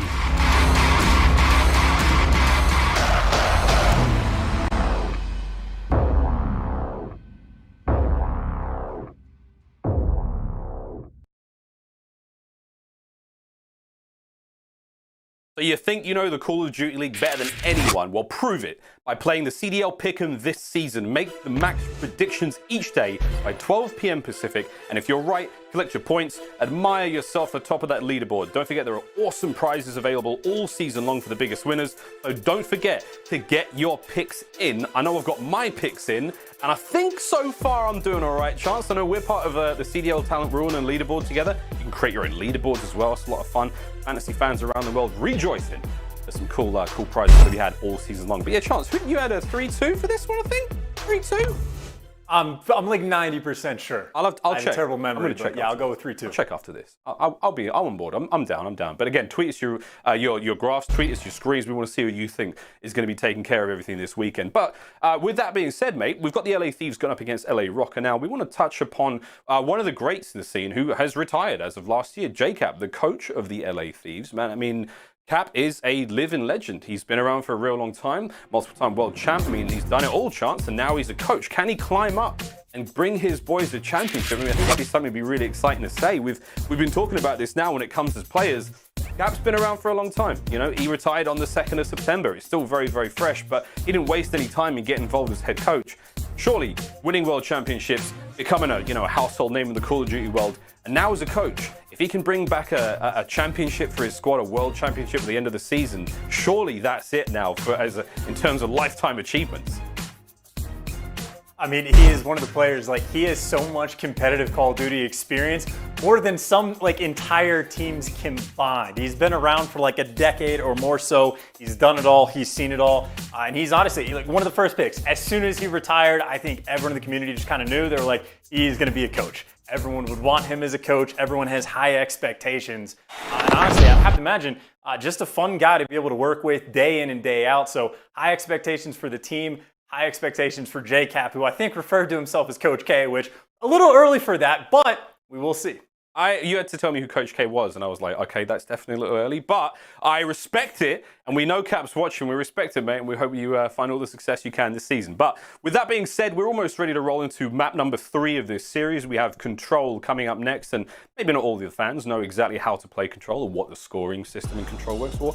And even saying Control, it's a funny word, but there we go, Control. Each team is going to be given 30 lives per round. A round is won by eliminating the opposing team's lives or capturing both points on offense. The defensive team can win by the game clock running out or killing all the other opponent team's lives, and the game clock stops while the offensive team is capturing a point. First team to take 3 rounds will take the match. And don't forget, the game clock will receive a little bit of extra time if a team does manage to capture a point. So, a very exciting game. Again, we talk about if Hardpoint and Search and Destroy had a baby, Control certainly got the finest features of both of them. But dude, I'm ready, man. I'm ready. We talked about the game fuel keys to victory before the start of this one. Rocker have some mean spawn traps. We saw them, actually, it was on Checkmate. We saw them against Toronto Ultra, and they were the 3-0 smash in there. Can they find the same success here against the LA Thieves? I mean, again, it is very much about you just don't want Rocker to get in those types of positions, right? Even just like what we saw from accuracy from top visitors, if he's allowed to just post up and be that laser beam, that is where he thrives. So if there's a moment, especially so on these defensive rounds, if you just let that top green control go away, or if they can get a player into your caution and start to go for those spawn kills, it is just incredibly difficult to get out of that break. And it is a horrible feeling, which I have experienced dozens of times in the past week on this map. If you're coming off spawn and you're taking gunfights within the first second or two, it is just so difficult. It can be absolutely demoralizing. You gotta be very careful on offense. That's the thing about Control. You never want to go 4 down. Well, things have started pretty quick, and Minnesota Rocker, they managed to get a couple of kills. They're already on the point. You know what, Chance? Let's just do it. Let's get straight into this one. It's now time for an Astro Gaming listen-in with Minnesota Rocker. I have your green, I have your green. Look, I'm tools right now. I don't see back out. Yo, I'm nading it. Hey, brick, one more brick, TJ. One shot brick. Green, I'm Last got brick, one shot. Oh, he naded me. Oh, Last got brick, TJ. Yeah, I'm not pushing you, P-Dog. I don't have you yet. I'm on, right? I don't have your mid. Floating, bro. Yeah, he's back, yo, he's back on. Hold you back, yo. Have you yet. 2 a.m. He stuck me, bro. Alright, They go green. Two already green. Hit him with the nade green. TJ's green deck. Big door Kenny, big door Kenny. One's green. Stack, I'm stacked. I'm a stun stack. Right side mid. Stack that. Right side Top mid. green and right side mid. Two stacks. No, Last got mid. I'm Your going green is open. Watch your green mid. Yeah. No, there's 2 mid. Oh, okay. I'm on the ground. Do you see anything? No. No, I don't see shit yet. Could be Vent or L. I'm looking. think One's he's right. Vent. Outside of Vent right now. Two outside of Vent. I got one. One more. In the same spot. B-hop. Both points now being captured. Chance, decent comms from Rocker, but we're seeing the pace now being set by the LA Thieves.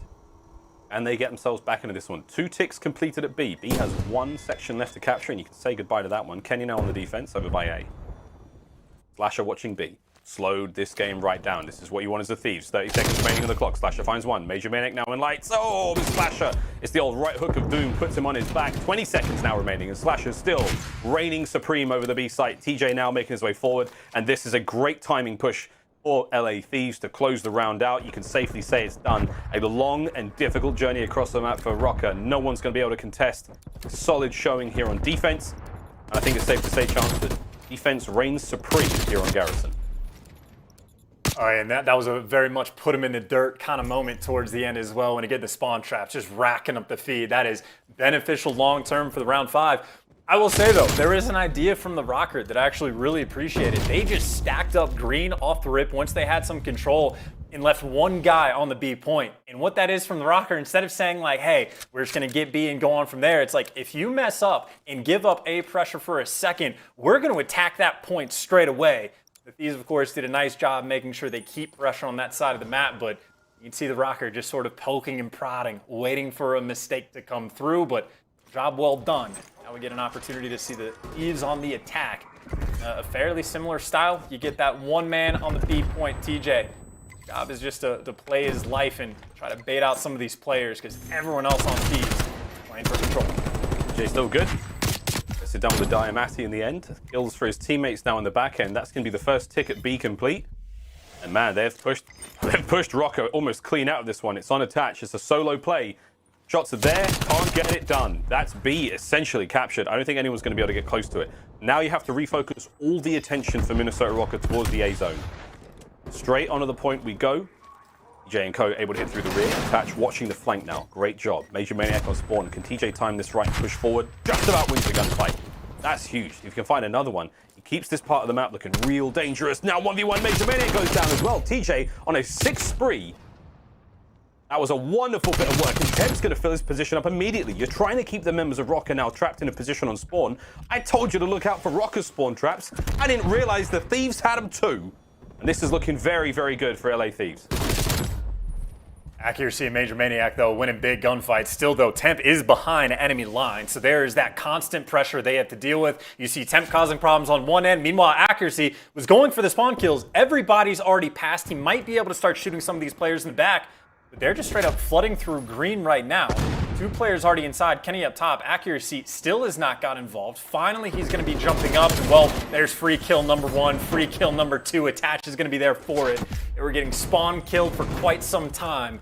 While they are still down by 2 lives, they have done a very solid job stabilizing, getting that green control, and getting presence over towards lights.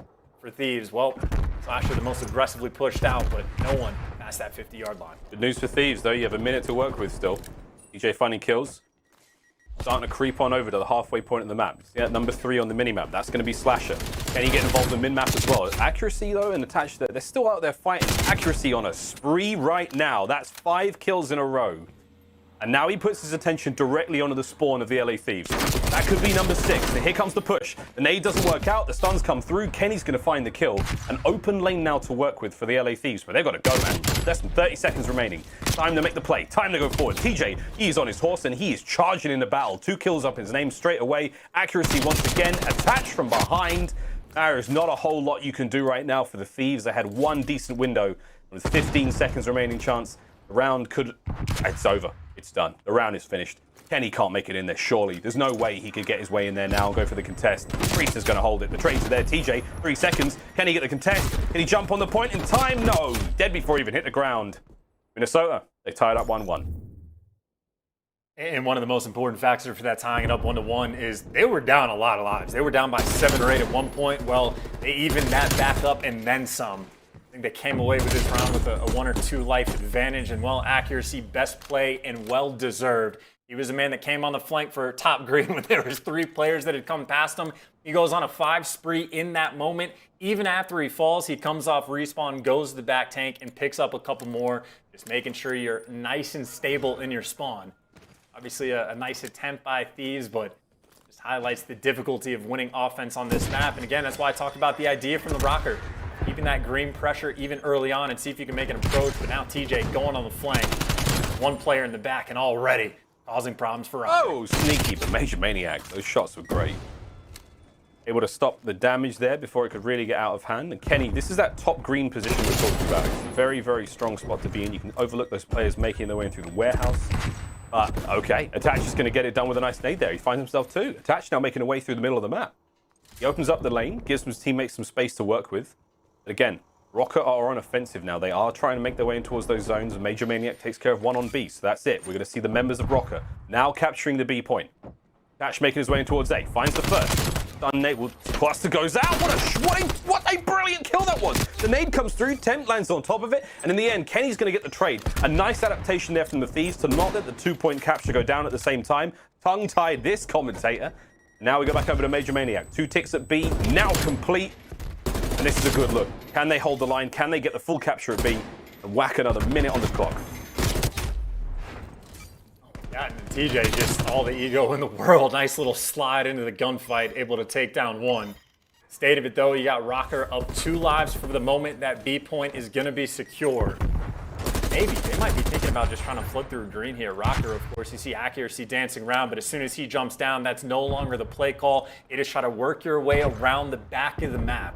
You see Priesta through lights swinging around, accuracy doing the same thing with him, and there is nothing here for Slasher. All the pressure in the back, and it's accuracy, even with the AR. He's the one in the back causing problems. Kenny, though, is able to take him down, winning the gunfight against his former teammate. Of course, attached to the lone man. Well, that's a play attempt, getting stuffed right there for Rocker. Again, they're trying to take the long way around. It's not easy. There's a lot of talk about Kenny being one of the finest 4v4 players around, the brain, the aim, you name it. Man is slaying, but Major Maniac is doing a really good job at distance, keeping these members of the LA Thieves on defense out of the action. Trying to slow him down. Nice shots again. Up it's going to be TJ. He gets cut down as well. Major Maniac, 4 kills in a row. Make it 5. That's a nice bit of a spree he's got himself going for now. Over and done, though. No one is still able to make it onto the point. All these kills are great. Keeping the life count relatively even. Those are underneath the scoreboards right now. 12 lives remaining for the LA Thieves. Minnesota Rocker currently sitting at 13.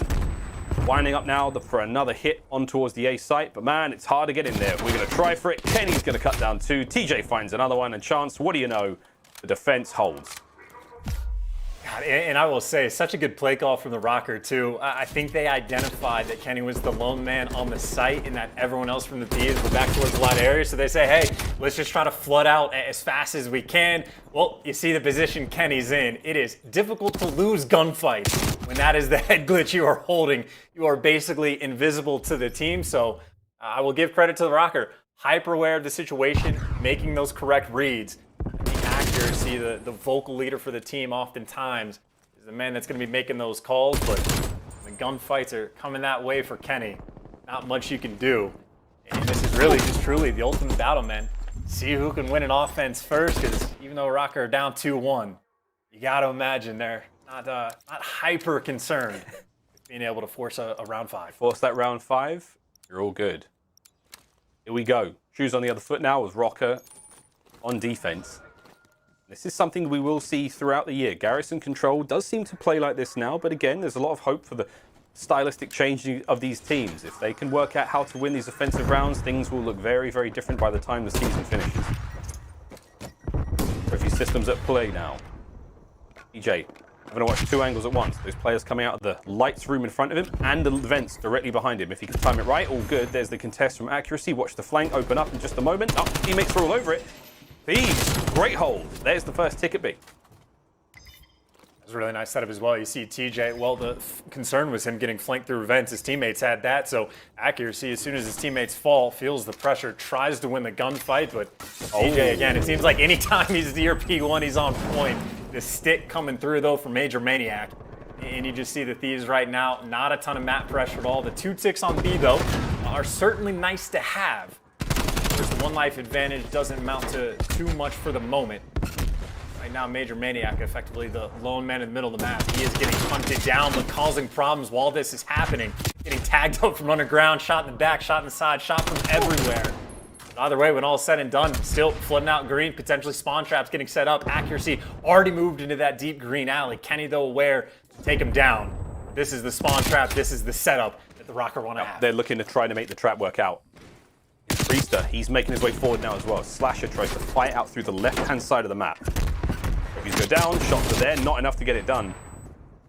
Then through middle, nice bit of work, great awareness just to clean those players up. 19 kills overall for Temp.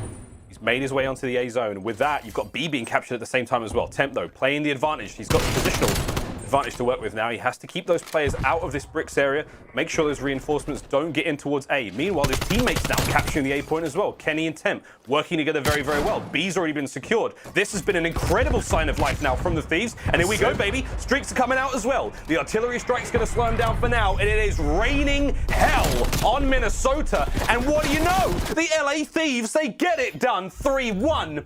You blink and you'll miss it, just like that, an offensive round victory. What a huge turnaround from LA. Just so snazzy, man. Again, the balance you have to have of defending A and keeping pressure on that side of the map. It was Templa's hanging out in green, and it's like the light bulb goes off in his head, and it's like, wait a minute, we just killed enough players. I could just walk straight through here. Gets into that bricks control, gets a couple kills, and then you have to imagine the comms in that situation. It's everyone go through green, flood out towards hill, everyone just go. You get the 4 stack. It takes 5-10 seconds to get that capture. That is literally just a moment. A small mistake, a mishap for the Rocker. The opening taken full advantage of by Thieves, who again, in control, man. Not looking too shy. Not at all. I mean, I wanted that play from Temp at the end. He managed to get on the A point. He pulls a bit of aggro. He charges straight through. Buys the time for his squad to get in there. I mean, once you're on that A point, you have to buy the real estate. You have to move forward. Make sure you hold that bricks room. Don't let those players make their way through. There's your stats. Oh, the stats tell the entire story there. Those individual plays, they make the biggest differences. And boy, we got a series on our hand, Chance. I mean, there's a bit of a change here, dude. Now that you see the control go the way of Thieves, we're going to go to another hard point now for map 4. The hard point game was mostly LA Thieves there. This could be a 3-1. Genius. You know what? We got to go to a break. I know. I was going to give you a point. We do have to go I was going to give you a point.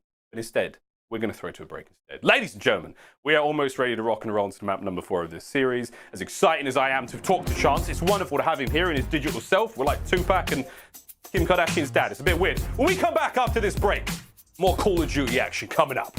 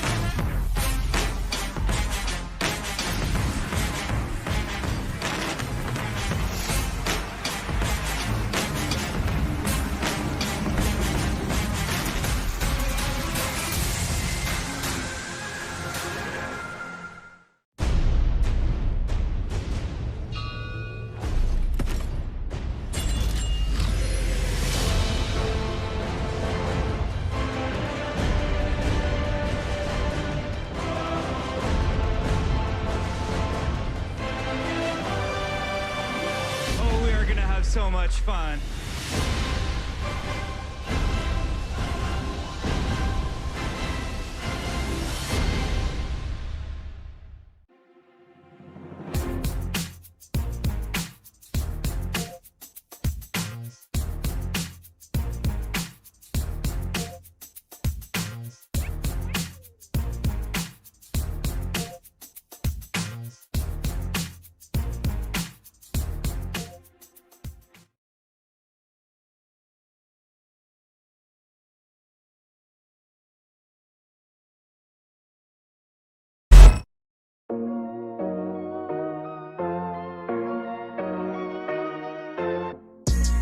Like, I've had enough of this. Fun and game's over.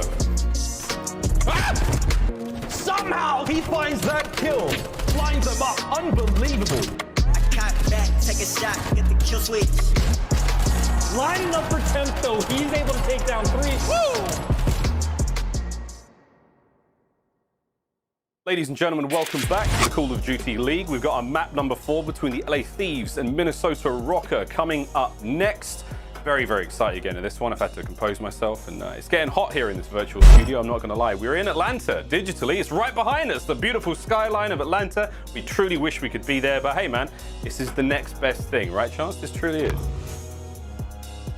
I guess we certainly have to take what we can get in this COVID era, but again, just happy to be back with some Call of Duty action. No complaints from me, Miles. None at all. Well, we've been screaming about how it was going to be a very good year based on what we saw at the Kickoff Classic, between the new rosters, new game modes, you name it.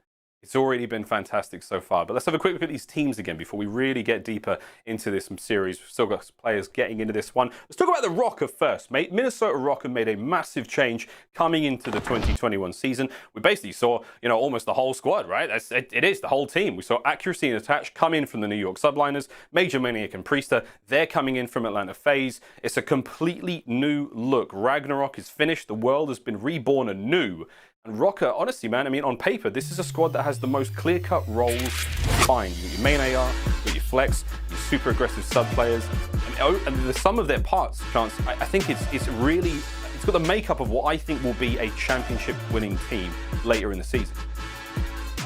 Well, look, I would say the one thing that I don't think any team in the league has any doubts about, they are going to be strong. You have to game plan for them. You have to make sure you bring your A game or you're going to get punished for it. But that's like the second step is actually winning those tournaments, right? Like being competitive is one thing. But taking down teams like the LA Thieves at the moment, it's looking like quite the difficult task. So we know they're going to be strong. The question is, can they make that next step? And of course, that is something that is completely up to those guys to be able to prove, back against the wall right now in the series, down 2-1.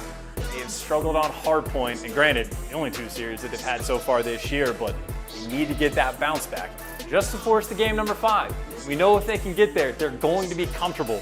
But that is not an easy road ahead. No, not at all. Moscow hardpoint coming up next, comrades. And again, the worry here for Minnesota Rockers, the hardpoint game hasn't been that strong. This could be the LA Thieves' chance to close it out. It's going to be a tough one for him indeed, mate. I think, thinking back, a bit of analysis here, side analysis from this lazy commentator, but mate, the old Rocker squad, high hopes. They got far, they got second places, and then they kind of dropped off. I don't think that will be the case with this team. I think these guys will be a little bit more consistent, but we'll see how we go. Anyway, right off to the Metro. Everyone's brought their tickets, and there is already a gunfight raging around Kenny, bro. 2 kills, Kenny, bro. The Rocker will win the opening gambit. They will get the first time, and it's over to Slasher by statue now.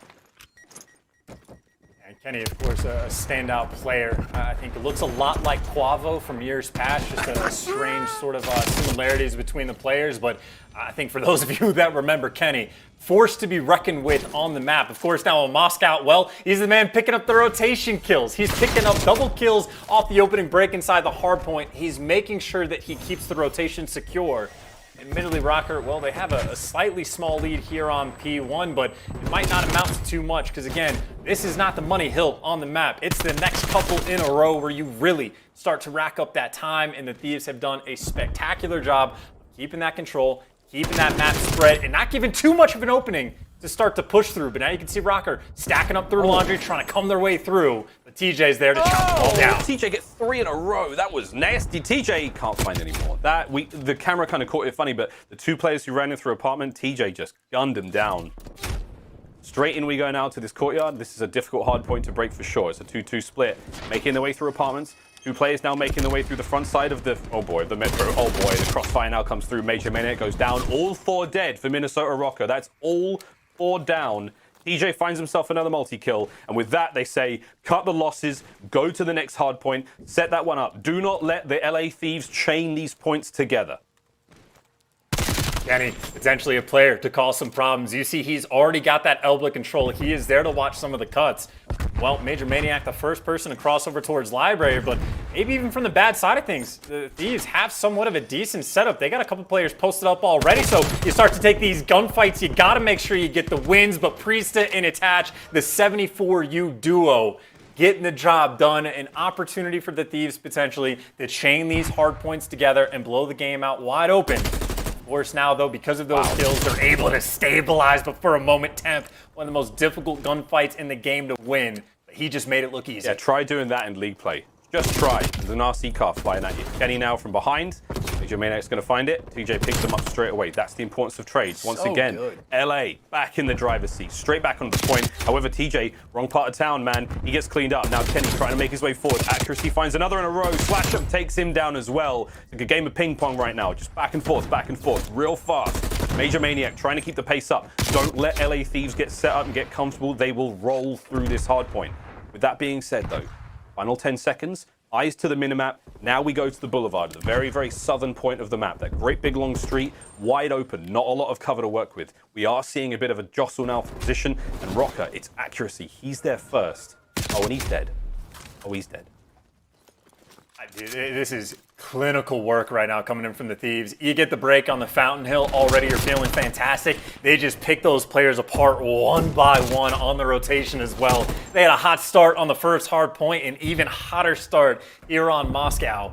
And again, just a 70-point lead. You're just feeling nice and comfortable right now if you're a Thieves fan. TJ inside, Gold winning the gunfights with the 74U. And all this hill time, for the moment, has been going the way of Thieves. Even when accuracy is able to pick up two, the final gunfight's always been won by someone in red. And he, of course, trying to be that guy. And even still, 20 seconds left on the hill. The only success Rocker have had here is just keeping Thieves off time. They've barely been able to do that. A phenomenal set of rotations the first go around for Thieves. Again, trying to put this game down early. They do not want to see a game 5. Yep. Don't go game 5. That was the other game fuel key to victory that we didn't put in.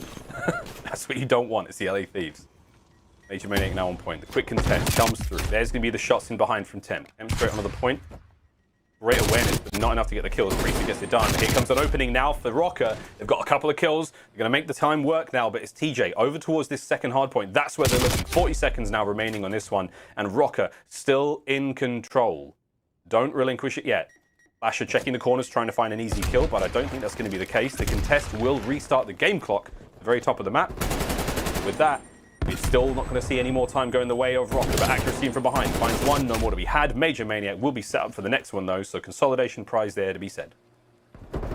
Yeah, a couple spawn outs coming in, though, for the Rocker, and this is a big moment. A lot of pressure on Major Maniac to win the gunfights. First one's coming through. The challenge on the second gets the job done as well. Even still, though, Kenny already in the back. Major Maniac, too many things to check. He's going to get taken down. And on this rotation, well, Kenny just being the playmaker, he's able to take down two.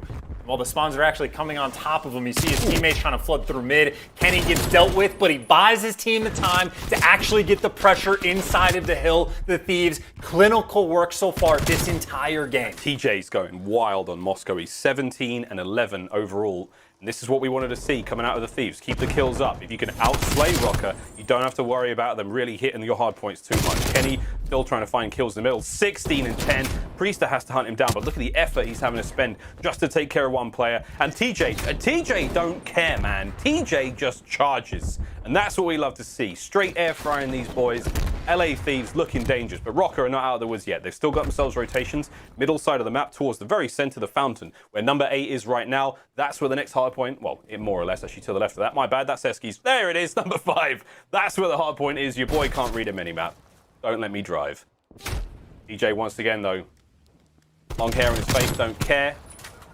Beard giving him superpowers right now, as we are about to see the LA Thieves break 200 points here on Rocker.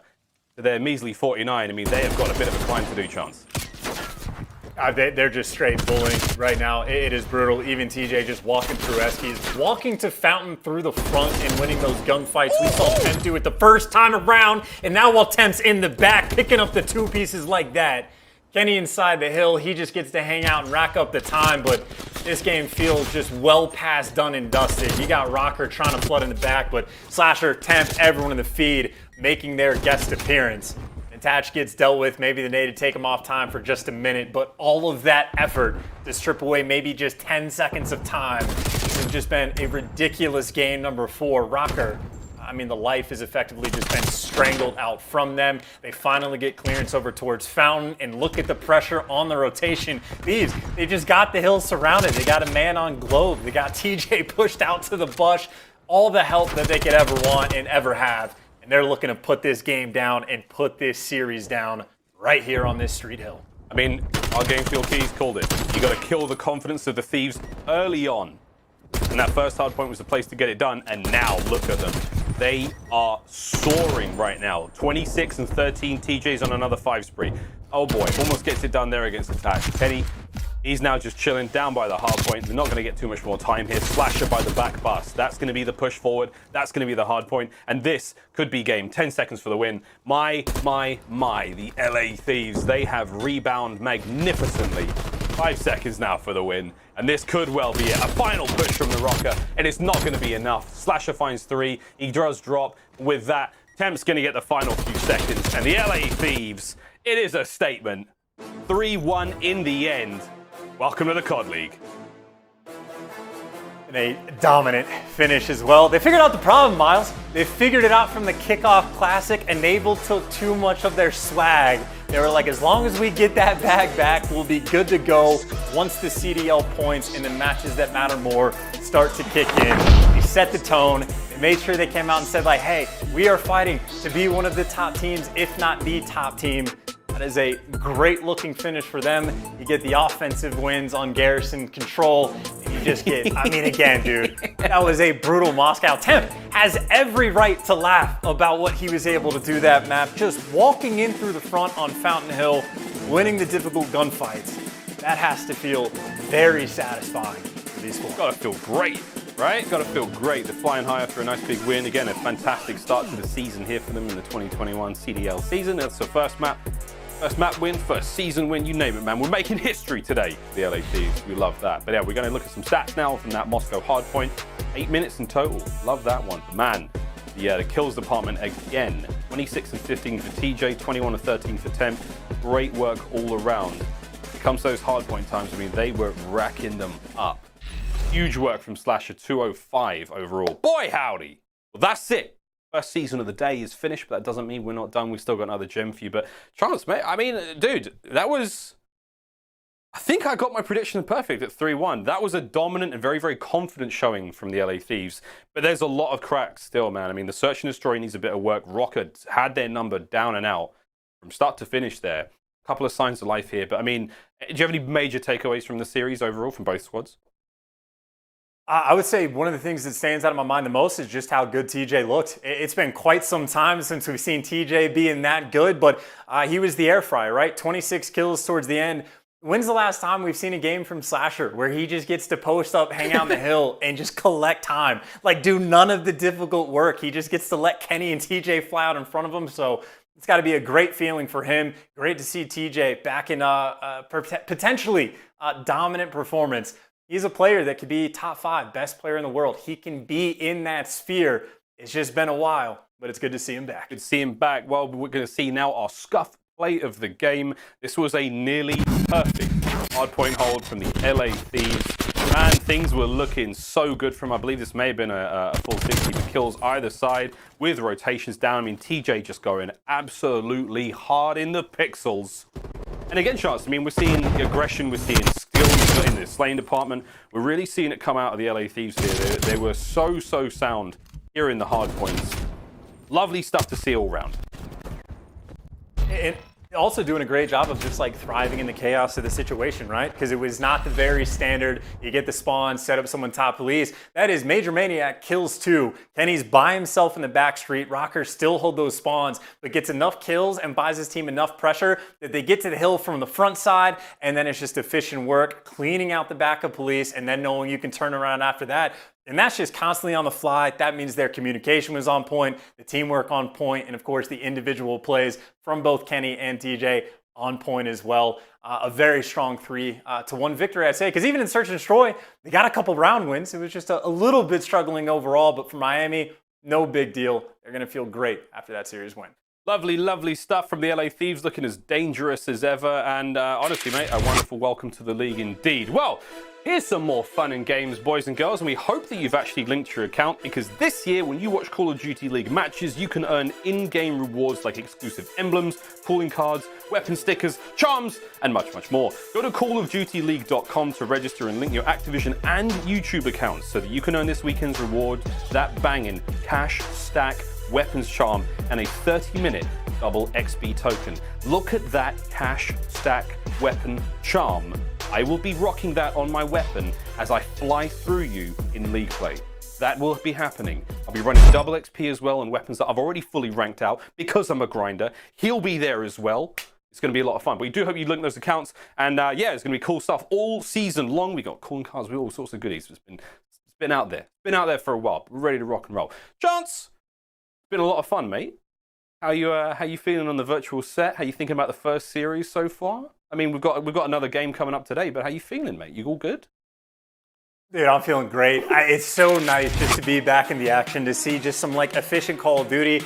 And I maintain, we talked about it a lot at the Kickoff Classic. It's nice to be able to watch the minimap and to be like able to understand it. And it's been such a long time, been months since we've had action that's this good. But obviously, Miles, a lot of Call of Duty left to be played, not just today, but obviously this weekend as well. Yeah, of course. Well, coming up after this, we've got Seattle Surge going up against our current reigning champions, the Dallas Empire. But don't forget, Saturday and Sunday, the Call of Duty does not stop rolling. 3 p.m. Eastern, we've got Guerrillas versus Legion.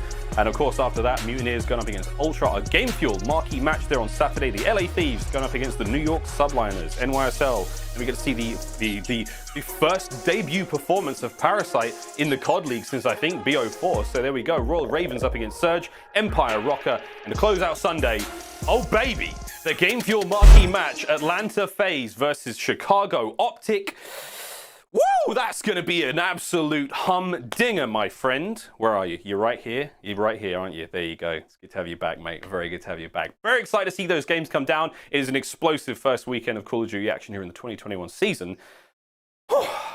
It's getting real hot in this gigantic space somewhere in Atlanta. I'm not sure if you can work out where we are based on that, but we'll see how we go. Anyway, folks, we're going to take a quick break now. When we come back after this break, Lottie will be talking to Slasher of the LA Thieves about that victory and basically everything about being one of the best dressed teams. When we come back, more COD.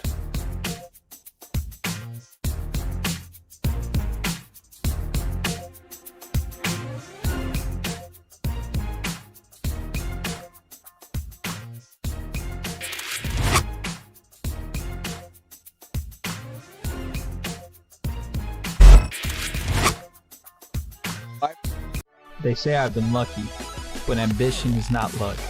It's a choice. My name is Cesar Skies Bueno, and I chose to invest in my game.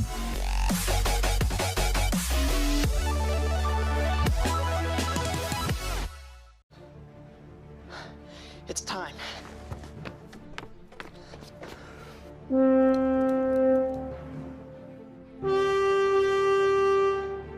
Magic.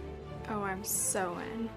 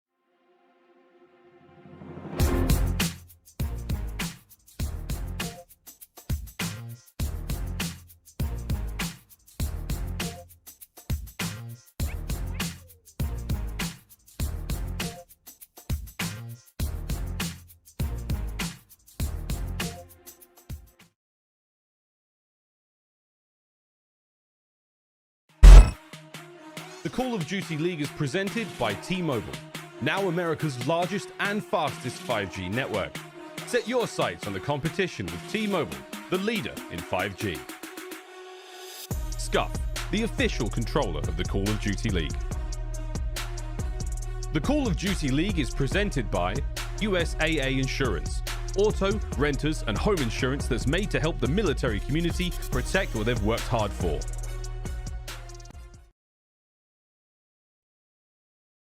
Hello everybody and welcome back to the Call of Duty League. Now we're here for your Game Fuel Victory Spotlight, and joining me I have the one and only Slasher from LA Thieves. Now Slasher, firstly I've got to say you guys snapped on that last control. That was ridiculous. It felt like you already wanted the series to be over, and in a very dominant fashion. So I mean, back on the sticks, back as a team. How are you guys feeling as a whole? We're feeling really good, especially after that victory under our belt. I think in the match against Optic previously, we didn't bring enough energy to the match, and we took that back, made our practice better, and then brought way more energy today, and it showed. So I'm feeling really good and happy with our progress so far. Fantastic. Now, obviously, as a team, you're feeling really good, looking really good. Slasher, you personally, I know that you're such a well-decorated player. You've achieved so much in your career so far. And looking back at last season, I felt like you were very frustrated at times as a player. But coming into this brand new season and brand new year, how are you personally feeling about your gameplay? I'm feeling really good about it. I mean, obviously, there's room to improve, but I think we've taken a different approach this year. We all moved ourselves to Texas to get the best practice possible and set ourselves up for success. And also, we came out the gates and we're just way hotter this season in practice right away. We didn't let anything, get in our way. We took every day seriously, and it's about starting this year off hot, and so far we are. Damn, you're doing it. You're definitely doing it. Now, of course, you do have JCap as your coach. How is that going? What is it like? And what's the difference of having JCap as a coach and behind you guys? Oh, yeah. Having Cap behind us is obviously really good. He knows the game in and out. He's decorated. I played with him in one chance with him. I think we see eye to eye on a lot of things in the game. So just having him to look over, and hang out with while we're practicing and stuff like that has definitely been a plus. And I think as time goes on, he's only going to get better and better. So I think he's a good addition to the team. Fantastic. Now, obviously, with JCap behind you guys, it brings new tactics and new ways to play the game. Do you guys prepare against each individual team and kind of play a game in that respect, or do you just play your own game each time? So I think at the beginning of the season, it's mainly more so playing your game. I mean, we've scrimmed against these teams, but we haven't played Minnesota in a few weeks now because we knew we were playing them in this match. So it's kind of more about playing your game. I think later towards the end of the season, that's when you more prepare for teams because you know their tendencies, you know what maps they like to play, and that's what you can kind of counter them. But right now, early season, it's all about doing us. Love it. Absolutely love it. Hey, you're doing something right. Definitely. That was a hot start to kick off this season. Thank you so much, Slasher, for joining me. And best of luck for the rest of the season, pal. Not that you really need it. You're looking great. You. So thanks so much. Thank you. There you go, guys. That was Slasher. I am so excited to see what LA Thieves are going to do for the rest of our season. But right now, we're going to head to a quick break while we get our next game underway. See you right after this.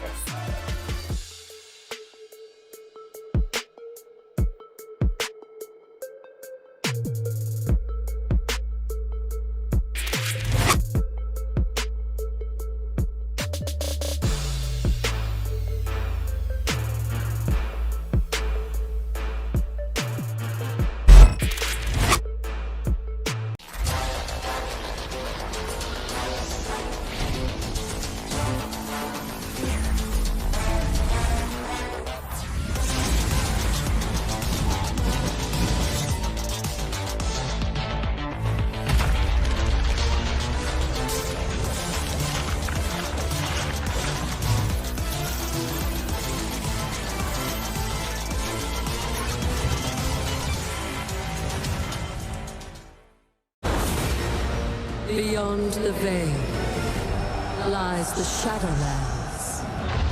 Where every soul has its place. World of Warcraft Shadowlands, available now.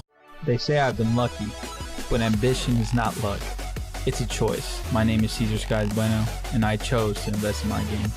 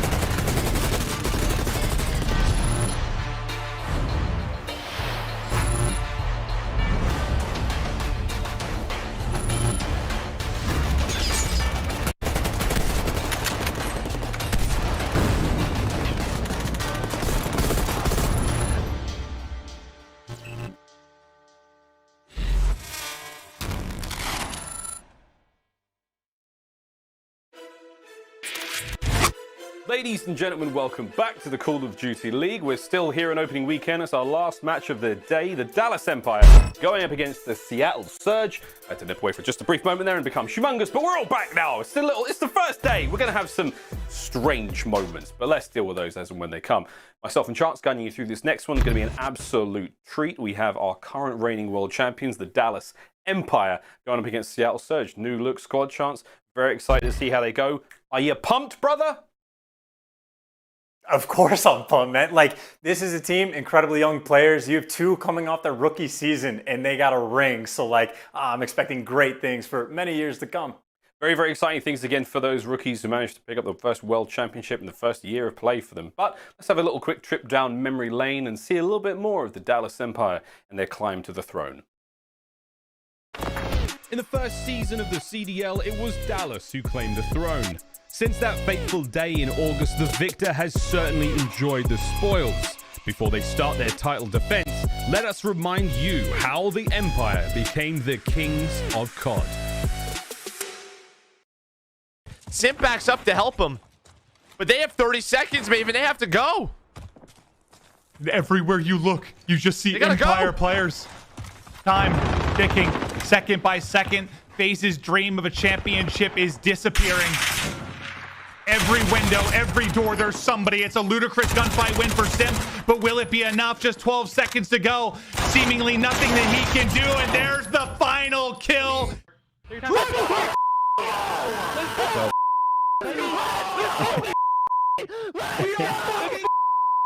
Let's go, Ender. Let's go, baby! That's definitely cooler than the other two. Oh my God, this actually looks incredible. I really like the band. The band, because it's literally the CDL logo. And they somehow made it the band, which is really dope. But yeah, the thing that sticks out the most, I'd say the Black Diamond for sure. I'm gonna be honest, this is my second time seeing it. Not my teammates, but my personal. But the feeling hasn't changed, man. I feel great. It has my name on it. It has the Dallas Empire. This is like the coolest thing I probably ever received, I'm not gonna lie. Ring looks absolutely gorgeous. I'm gonna be completely honest, not to throw any shade, but this is definitely the best ring out of all the past rings. It is pretty heavy. I didn't think it'd be this heavy. It is pretty heavy. Got a little bit of weight on it. It's more than I could imagine. I didn't think it looked this good. It's a huge part of my career. Didn't know if I was done or not. And this is proof that I'm still going. The ring represents, everything we've done throughout the year, all the hours that we put in led up to this moment. Going into the season, or this season as MVP, I'm just getting better and better ever since joining the team, and I definitely think that this year I could outperform what I did last year, and I'm just ready to play this season. Getting something like this because of my passion is a dream, essentially. Like, that's what it truly represents to me. I've been playing Call of Duty my whole entire life, so I was basically just working and preparing myself my whole life to be able to compete and get this ring. So this ring means everything to me. It's priceless. Everything just shut down, and we still had our ability to work. And I think every single player should just feel really blessed that we still have this opportunity to do this. It's truly a blessing that we even got to win this year with the pandemic. Hey man, I wish I was on that stage winning it with all the fans. We have many more times to live that dream, so.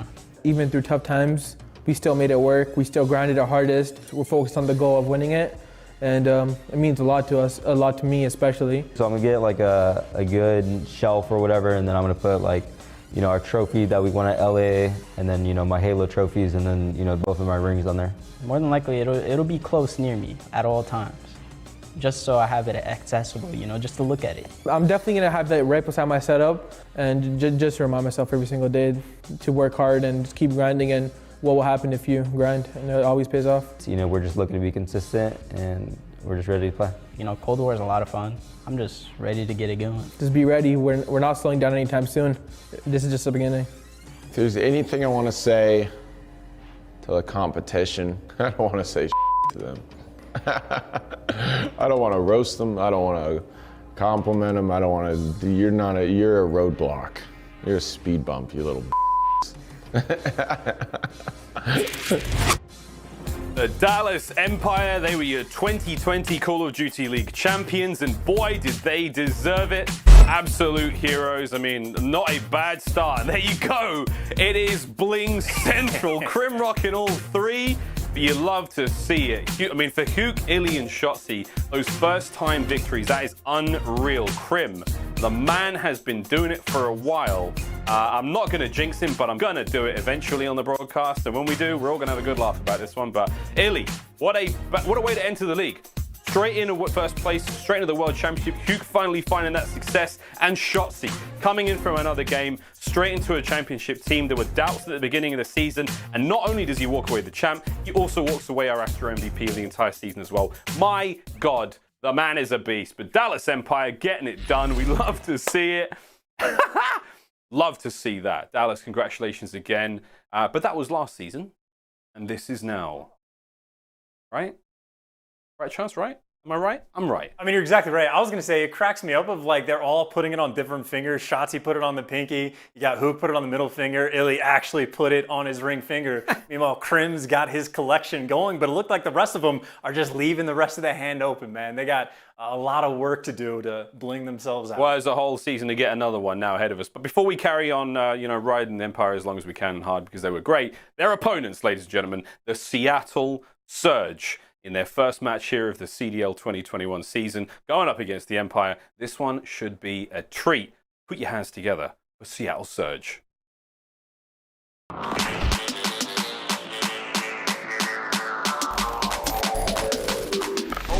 Finds the first. Assault's in trouble. Pristini looking dangerous. Such aggression right now. Octane, he's just ripping through the entirety of the gorillas. Wow. They line up in front of him. Clooney, the angle. What is that?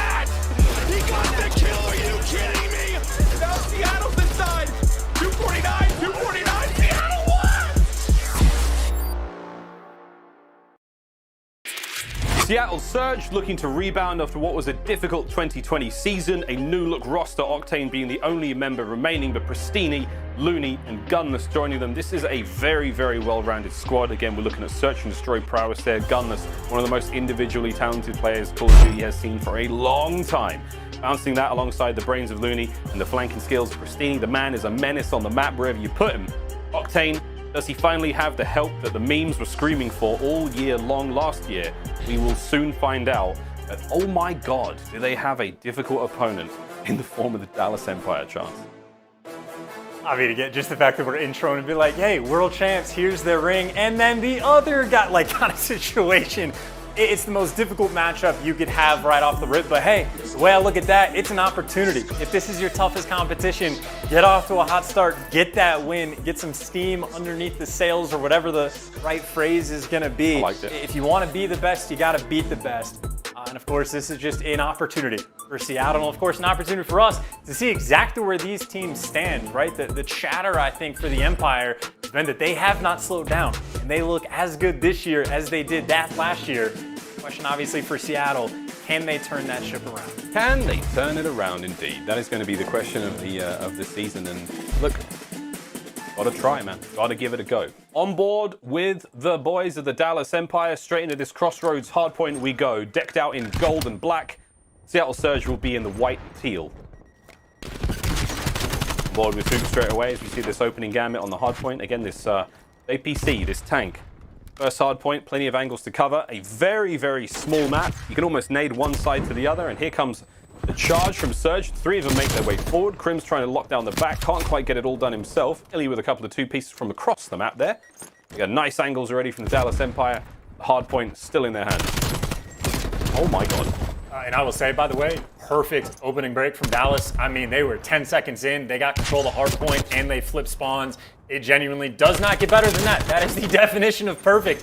And obviously, you see the positioning that a lot of these guys are taking up. Illy, you saw on the feed at the bottom middle of the map. He's there basically just to block and secure the spawns for his team. While, of course, guys like Hook in the actual hard point.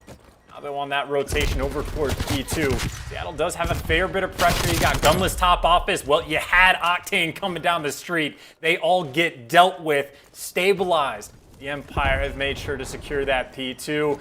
They're feeling good to go, and for Burstini, well, tough road ahead. Gunless over top. He's trying to work his way in through the back, and he's able to get there. Shot punch on point in the break, at least for a moment, is in. Now, they've got to still trying to keep their pressure on board. Trying to keep these players out from the back door, charging forward. I mean, dude, charging forward. Illy now making the cut through middle, finds one. Can't find another one there. Illy's finding a lot of damage there. Again, Crim. Shots in from above now. And the clock's still ticking in favor of Dallas Empire. Taking in, of course, though, rotation battle. We're going to talk about this a lot on Crossroads, or at least for the next few weeks, depending on when the patch comes in. But that 3 to 4 rotation, man, if you get the spawns for one, you're going to get the spawns for the second. You can see Seattle being very careful. You see the spread they have across the map. Octane was over by Crate. They even have cliff control. The actual hard point, though, Illy, well, not really taking his time. He's trying to take those gunfights straight away. He gets chopped down, and that front line dealt with. That is 3 in the feed. Make it all 4 as Persini gets the final one. Nice 4 down for Seattle. And this is where they can start racking up quite a bit of time. Silly can just walk up straight up barrels, but nope, he gets dealt with. Seattle on point right now on this B3 hill. Solid work still.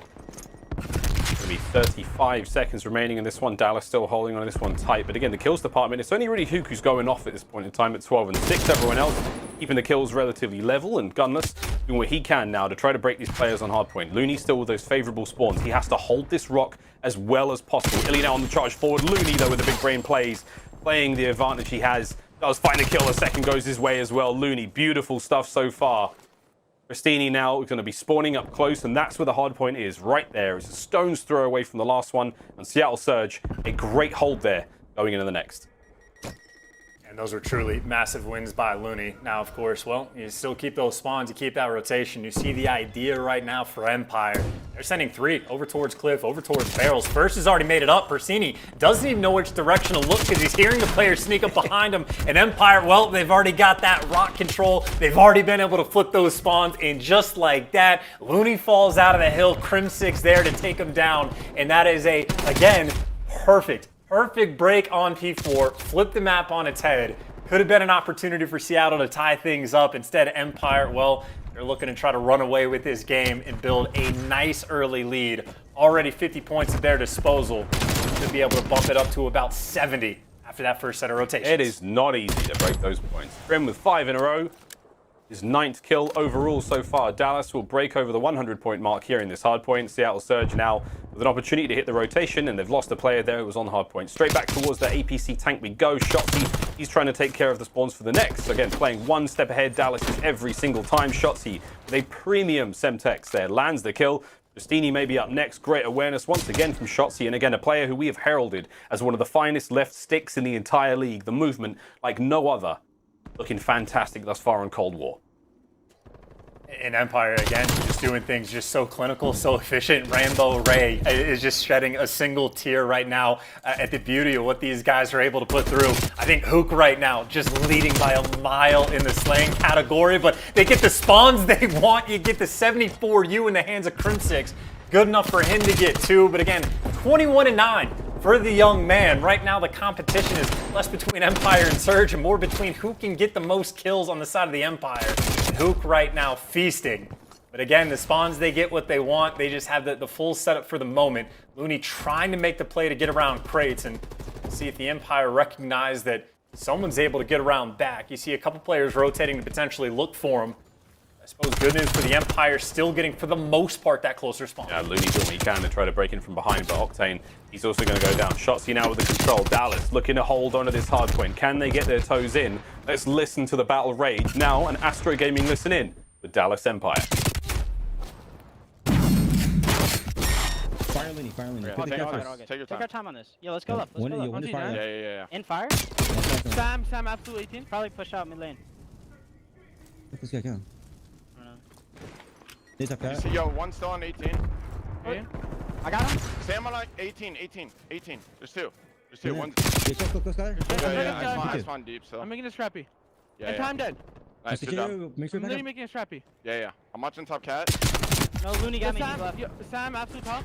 And Mission I have your cat. I'm flooding. Yo, you can go up. Remember me bigger. Yo, already here. I'm coming. I won. That's more credit. Pierce, absolute. Top cat dead. I need a credit. Absolute. I need a credit. Credit, Still there. should be able to come. Credit, one time. Have ice. Rusini, one Keep shot. up, keep up. I got two. Ship order, you're the best. I already your color if you wanna. Okay. I'm on the top. It's in the corner, That's Yeah, nothing top cat. You need me? Can you pick it? Pierce in. The number. One shot mid tank. One shot P1. Nice. What's your color? There's probably I another want deep top, up, bro. deep up, weak. You hop up. Yeah, hold up. Oh, it all sounds good to me, mate. I mean, is there anything you picked up there from that listening from Dallas? I mean, honestly, I think just the patience, right? Even on P2, they just identified there's someone in the middle cut. They took their sweet time to make sure that he's not going to get through, that they're not giving away any kills, making sure, of course, that they do not lose those spawns. So they're not really feeling the pressure, man. Just calm, efficient work for them for the moment. We're able to get a ton of time on this P3 hill. And now, of course, you see a couple players rotating to make sure they're dealing with Cliffside of Seattle, trying to send 2 players over top. Gunless able to win 1 big gunfight, and I think Gunless actually able to pick up 2.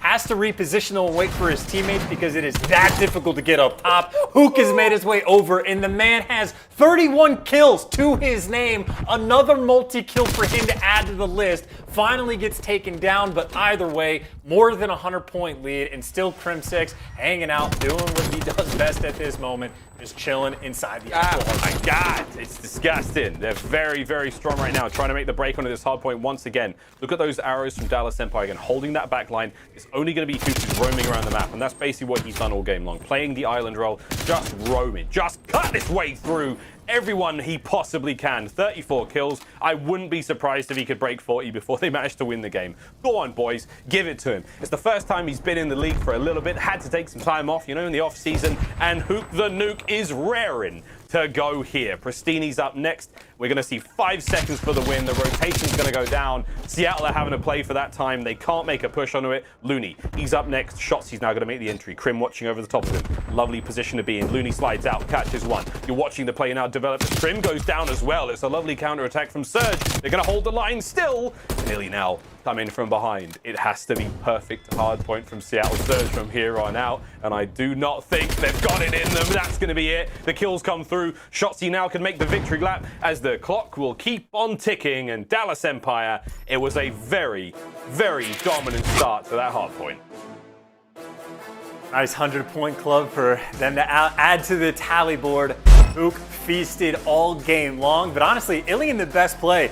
It happened 3 times on the P1 hill. He was the guy that was able to flip those spawns for the team, always putting themselves in a good spot. So you got the menaces with the 74U running around, staying nice and coordinated.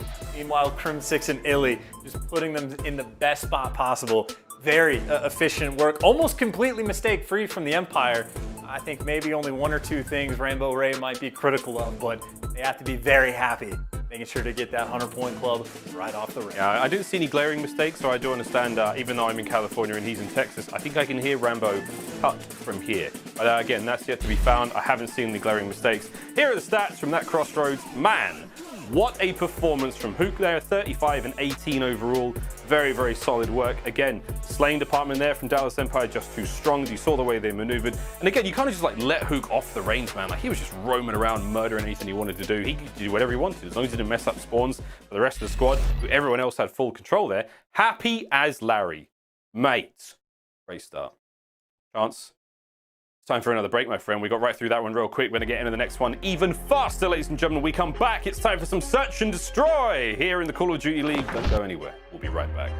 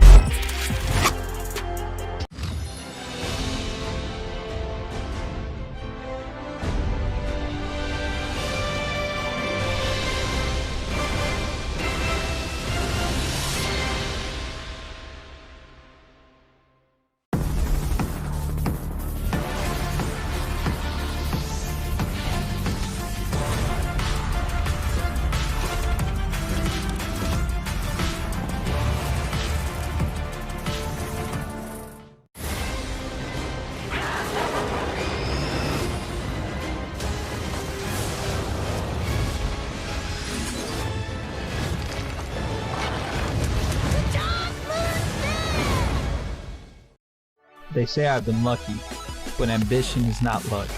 It's a choice. My name is Cesar Skies Bueno, and I chose to invest in my game.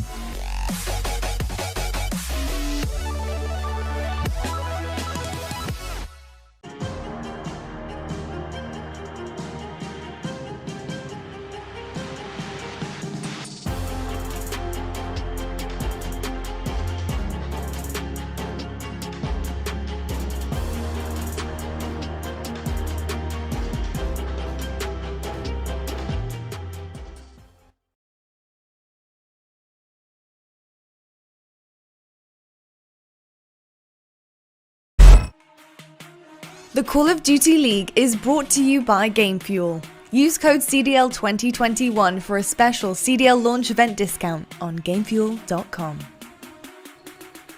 Tournament audio and team listenings are powered by Astro Gaming, the official headset and mix amp of the Call of Duty League.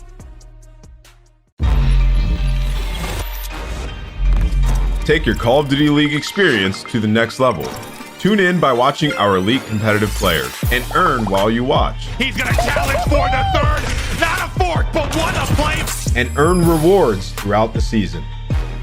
Get an upgraded viewing experience with higher bit rates and superior chat features. It's all gonna come down to the rotation. Ultra are now in position to Well, close this out. how can I get all these amazing drops, you say? It takes less than 30 seconds. Simply go to youtube.com/account_sharing. Click on connect to link your YouTube account with your Activision account. Then click continue. You'll be asked to provide your Activision login credentials. Alternatively, you can log in with your PlayStation, Xbox, or Battle.net account. Click sign in. Once you've signed in, you'll be asked to share your information securely with YouTube. Check the box and click authorize. You are now connected and eligible to receive drops. Play Call of Duty Black Ops Cold War, watch the league on YouTube, earn rewards, and level up. Call of Duty League 2021, fight for the call. Don't forget, ladies and gentlemen, go to callofdutyleague.com to register and link your Activision and YouTube accounts so you can earn this weekend's rewards, the Cash Stack Weapons Charm, and a 30-minute double XP token. I can't wait. I actually would quite like that right now as I put my phone back under the desk. Because you know what? You shouldn't have your desk. You shouldn't have your phone out at work. Keep it on silent. Be professional. Myself and Chance ready to rock and roll now. Straight into our next matchup. Before we get to that one, Chance, it's time for our Game Fuel keys to victory, my friend. We had a little fun writing these to Dallas first. I mean, what can they do wrong at this point? I mean, well, nothing wrong, apparently, man. They're just going to be on cruise control, and I think they're just looking for the 3-0 because I think the main goal for this team, right? You're coming off world champions. Keep that mental edge. Like, you want to bury all of the teams that are expected to be towards the bottom of the league, or really just anyone around. That way, when teams have to play against you, they're concerned. Their confidence is not going to be coming in at an all-time high. That is the edge this team is looking to get, of making sure that other teams know, hey, we're still top dogs, we're still number one, and if you come against us, expect to be 100-point club, expect to be 6-0'd, that type of deal. Well, here's our Game Fuel keys to victory for Seattle Surge. Don't get overwhelmed by Empire's speed in hardpoint. Too late, that did happen. It was pretty difficult at times, mate. That was it. Watch out for it. They did, it happened. Next, play to your existing strength. Now's the chance to bounce back in the series, outsmart them in the search and destroy. That's what I'm really interested to see. And as an overall just key to victory for Seattle, don't beat themselves up. Keep those comms focused no matter how the game is going. We will have, of course, some Astro Gaming listen-ins with Seattle Surge later in the series to see how they fare. Chance, this is going to be an interesting one, brother. I mean, Search is definitely going to be the bread and butter for Seattle Surge this season, I believe. It's a smart squad. Do you think they have what it takes to take down Dallas here? It's a very difficult question, Miles. I'm trying to think of the professional way to approach it, but I just think that, again, Empire are just going to be forced to be reckoned with. I'm interested to see how they play Miami. Obviously, we've got a taste of what the Thieves and Rocker brought to the table earlier. But I think it's feasible, right? Like, think about a setup we saw earlier. A 2-2 split. You get that guy top visitor center. If he's getting those first bloods, you're good to go. That could be Octane's job. Again, you talk about the human turret, doesn't lose his one-on-ones. Wherever you think the focal point of a map is going to be, put him there, leave him there, and let him go to work. But first blood's obviously key. Well, Octane, maybe trying to throw a little bit of style in as he looks for that first pick. Throwing shoulders. Wiggling, jiggling. Receiving shots now. Luke's top piano. Backs on up. He heard enough there to let him know that the danger has now arrived. There's the tags. Nade's going to push him back. He's doing what he can now to stay alive. Brilliant work on Aluni. Just catches the elbow there with those shots. And with that, bomb goes down. You can see at the top of the stairs. Hello! Pristini still there. In the side room. Illy gets involved. Lovely trades. Gunless now in a 1 versus 3. And that's going to be tough. He does get stunned, or he does get blinded. They know he's there. The nades are coming through. They're going to throw everything. And the kitchen sink at him. Gunless. Nice turn! Oh my word! He almost managed to get the second. But Dallas clutch up. Take care of round 1. And just swarming as well. I mean, you maybe got a glimpse of what Gunless can potentially bring to the table, but I think that round, just fantastic plays from Hook. Clean movement up top. He's getting the nades out, staying away from gunfire. Nice and easy as he works his way back up towards the steps. And while that entire thing was going on, Shotzi going on the fastest flank you can possibly have on Miami at the very least, and just swarming in on this B site. Very clean and efficient work from round number 1 on the defensive side of things. Now on offense, Empire. We've seen this quite a few times. You're sending those 2 players over towards A, but it is a slow approach. And you can see Pristini, by the way, aggressive on the beach. Him and Shotzi might be meeting up fairly soon. And of course, while you got some players for the Empire waiting for the flank to come out from the B site, nothing there. AR 1v1 goes to Crim 6. Yeah, I wonder if Crim caught him moving there or if that was a straight up 1v1 fight. Either way, though, first blood to Dallas Empire. Now, Crim approaching on the hotel side of the map. Looking to find any more here as he just scans the streets very, very vigilantly. Again, moving from cover piece to cover piece.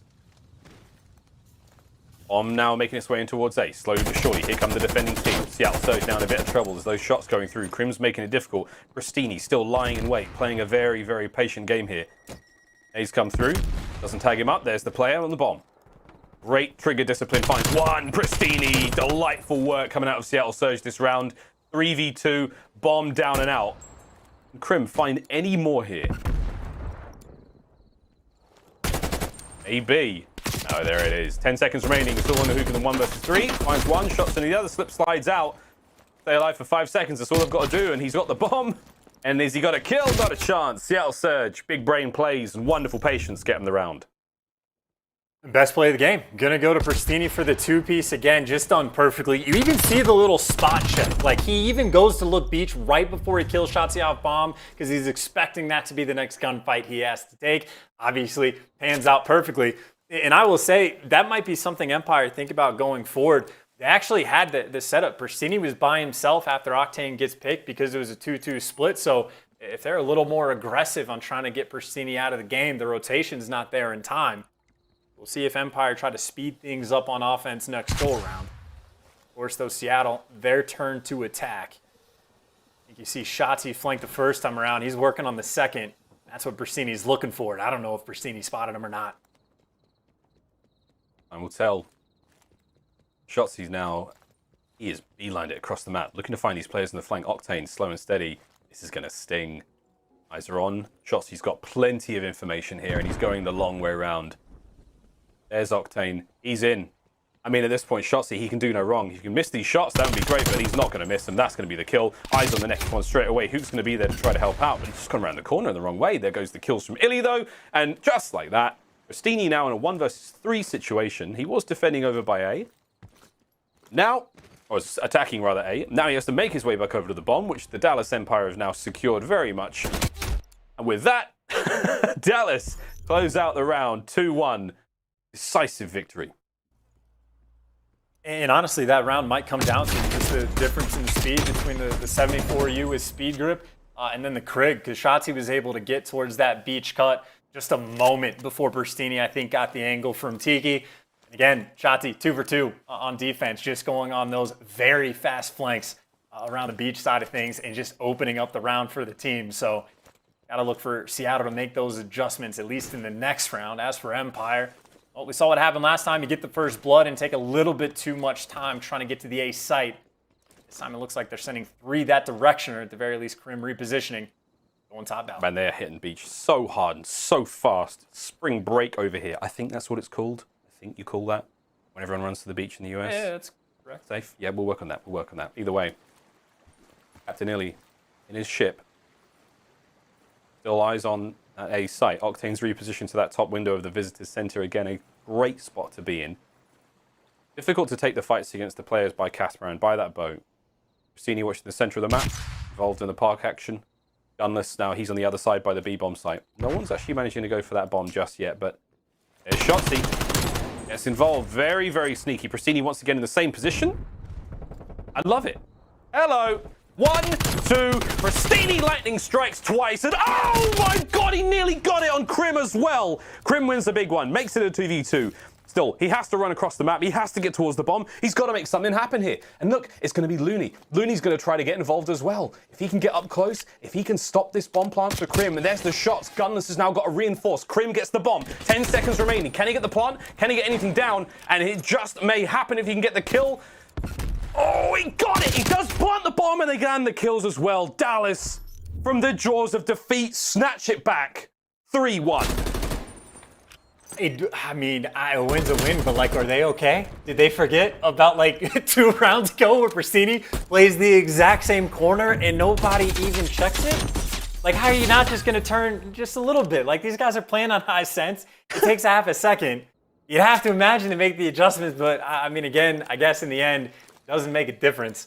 3-1 lead, and Octane again searching for his first kill for the moment. 0-4, not ideal. And that's with Pristini again, just the consistent two-piece, at least on defense. Just a very strange round overall, but again, Seattle back on the attack. Much more aggressive this time. You don't got to worry about the Shotzi flank. If you just get and bully out the B site as fast as you can. Pristini with the first blood already trying to swarm over towards B. Can't quite get any more though. Looney, he got seen. Doesn't matter. Big kill from Looney. Complete bomb site control now. Shotzi's making his way through mid. It's going to be Krim hitting the back alleyway as well. But do they have those players in position for the defense? Krim gets involved and gets a kill. He manages to find one. Octane's going to chase him down, trying to get on the board. Octane does just about get it done. Shotzi, though, now in from behind. 45 seconds left on the clock. And I think we're going to play for the kill. It's a 2 versus 1 situation. Shotzi's just trying to hold this lane, hold that angle. Surge, oh my god. Shotzi makes it a 1v1. Surge opted to make the bomb move over towards A, and it's cost Octane his life. Now Looney in a 1 versus 1 against Shotzi. And it's a straight gunfight in the middle of the map. They're going to get it done in the park here. Stun goes through. Does manage to connect with the flash. Here we go. Looney. Big. Oh, no! No! Oh my god, no! What a win from Shotzi. Ah, that stings. Looney did everything right. But the old Cuevas Castro magic. 4 rounds to 1. Ah, no. Damn, that was a sick round from Shotzi. And then that's the best play of the game. Shooting a guy through a window of all things. Oh man, Mr. MVP. We don't get to see it from his POV, but good lord.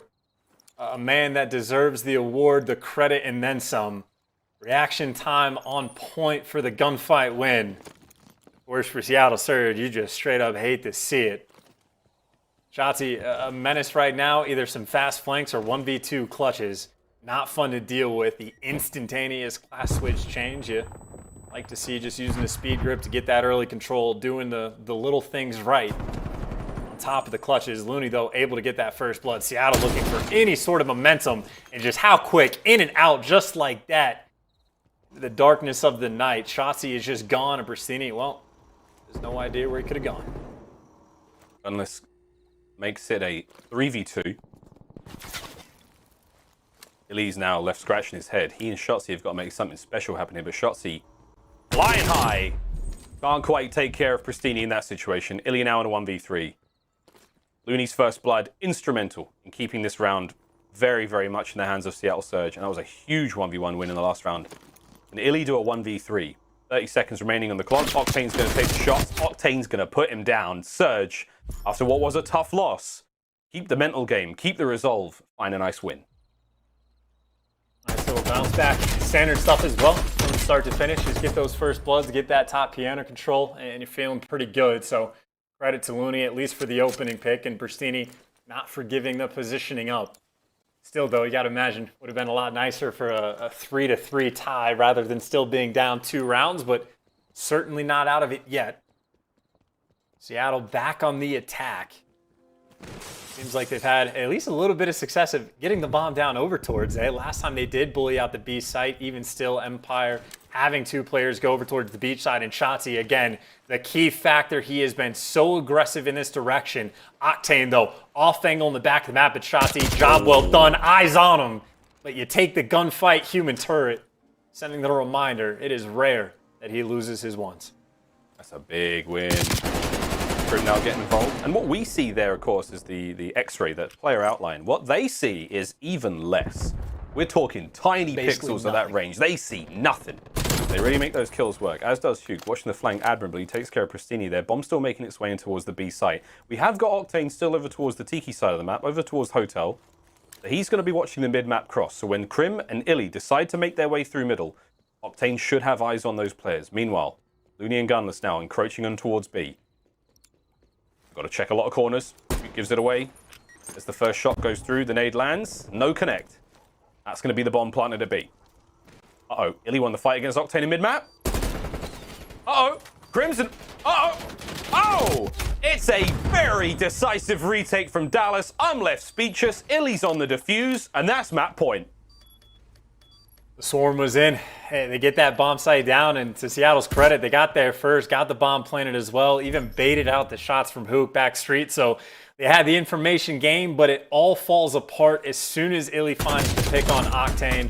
And you got to be worried about top piano, people jumping over half wall, absolutely everything. And Looney effectively just gets left by himself after getting that bomb down. Nowhere for him to go, nowhere to run. And Empire still on cruise control. And again, like a 5-2 lead, in spite of the fact of how close some of these rounds have been. Keep in mind, Pristini, again, popping 2 pieces on defense over towards the A site. One of the times didn't make a single bit of difference. You get that 1v1 towards the end with Shotzi versus Looney. You get close, but no cigars. The embargo is in, I think, pre-Cold War, so not too there. And first blood, way of Shotzi. Yep, no Cubans, baby. Shotzi's in, straight on towards A. Should have at least eyes on him. At the very least, Pristini now. Friggin' hand up high. Oh, nice shot. Takes care of everything. Backs on out, makes it a clean 3v3. With that bomb gone down, though, there's defenders of the Dallas Empire in the middle of the map. Hook's going to have to cross the street, and he better look both ways. But you know what? Gunless brings the fight to him. Could have been a mistake. A wonderful 1v1 win. Oh, it almost puts a couple in his teammate. Hook is absolutely cracked. Shotzi now in from behind. 20 seconds on the bomb. Shotzi in from behind. Oh, no. He doesn't finish the kill. Can he get on it? He does. The nades come through, and in a flurry of explosions and gunfire, it's a 6-2 win for Dallas Empire there on Miami. A clinical display at times. A little bit of Shotzi magic, but all round, good stuff from the Empire. Seemingly have not lost a single step, even towards the end if those kills don't come through or if Hook just decides to end Shotzi's fight for no reason. Crim is that safety man over towards driveway. You get the bomb planted at A, it makes your round that much easier. They have not lost a single step. It does not appear. 2 dominant map performances and a lot of love to go around. Shotzi, of course, fantastic work in the search. And of course, Hook, you can even re-highlight just the work he put in the hard point. This is as expected. I think it's fair to say, Miles. Yep, as expected, I think, to a degree. I mean, I'm loving what I'm seeing out of Seattle. There's those magic moments. We're clearly seeing the right decisions be made, but it's just those magical plays from Dallas. It's those 1v1 fights. It's those little moments where, like, you hear a slide, you just make a difference. Disgusting stuff. Dallas Empire, they have not missed a step. You couldn't have put it any better. They're still the #1 team in the world on paper. Seattle Surge, we go into a control now. They're not out of the woods just yet. But again, this is very, very admirable practice. I know Octane's, his attitude coming in this one was like, they're going to be the best team in the world. If you want to be the best, you have to be the best. Hats off to them. They're going to have to try to go the distance now. They require a reverse sweep, my brother. We have our US Army tactical play. Now coming up is going to be Shotzi, and you know exactly what it was. It was that 1v1 against Looney. Unreal stuff, Chance. I mean, mate, this is the stuff that champions are made of. And again, I mean, I think like the first kill, it's just easy pickings for him. Just gets a good job on the information. And I hope we get to see it from his POV, because I'll say from Looney's side, played it about perfectly. Gets the stun off, gets the check, and as soon as he registers that the stun landed on Shotzi, he goes around and takes the gunfight immediately. So Looney does nothing wrong. but Shotzi does everything right. The bunny hop into the snap. Just unreal reaction time coming out from the young man. Again, Mr. MVP, putting in good work, earning that paycheck. Oh, and with plenty of time to get the defuse as well. Well, Chance was a good one. We enjoyed that one very, very much. S&D and Miami now finished. The Control coming up after this break. Plenty more Call of Duty. Could well be the last map of the night, but hopefully Seattle Surge have got some special tricks up their sleeve. When we come back, more Call of Duty action. Don't go anywhere.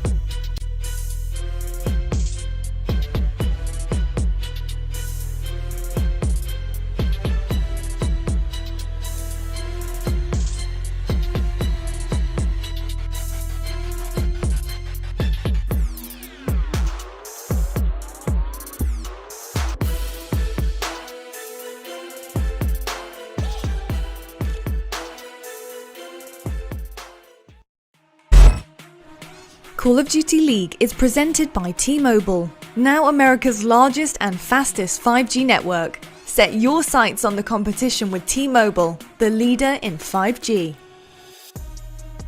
Scuff, the official controller of the Call of Duty League. The Call of Duty League is presented by USAA Insurance. We offer insurance that's made for the military community to help them easily protect what they've worked hard for.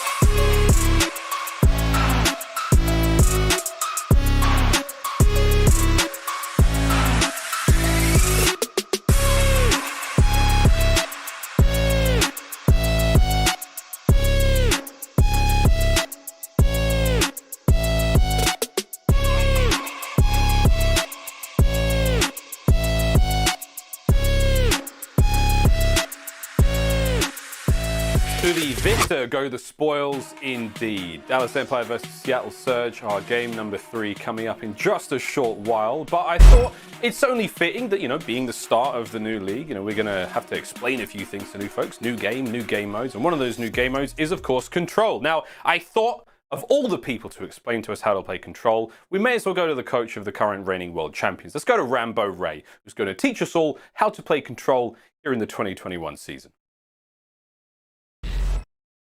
Hey guys, I'm Ray Rambo Lucier, head coach and general manager of the Dallas Empire. Today, coming to you with some Control talk. I'm excited to bring you guys some information on it. Control is a kill-based objective mode that has 2 teams fighting for objectives. So you have 30 lives total, you have 26 respawn lives, and the 4 original lives you start with. Typically, Control plays out in the fashion that the offensive team will kind of determine which side they want to attack first. They'll either go for A for B as a team, and then the defending side tries to rotate and put their defenses in the right position to try and prevent the opposing team from getting those objectives. It takes a good amount of time to capture those objectives, so it's important to have multiple players on the objective for the offensive team to capture them quickly so that they don't have to constantly fight the opposing team off. Also, kind of the layer that really is the depth of Control is the ability to spawn kill. Unlike most of our respawn modes we've had in the past, it's pretty hard to get close to your opponent's spawn, but in Control, if you position your team correctly, you can very much set the opposing team in a trap, either side, offensive or defensive side. So the difference in maps really is what's cool about Control is you have some maps that are very offensive sided and some maps that are very defensive sided.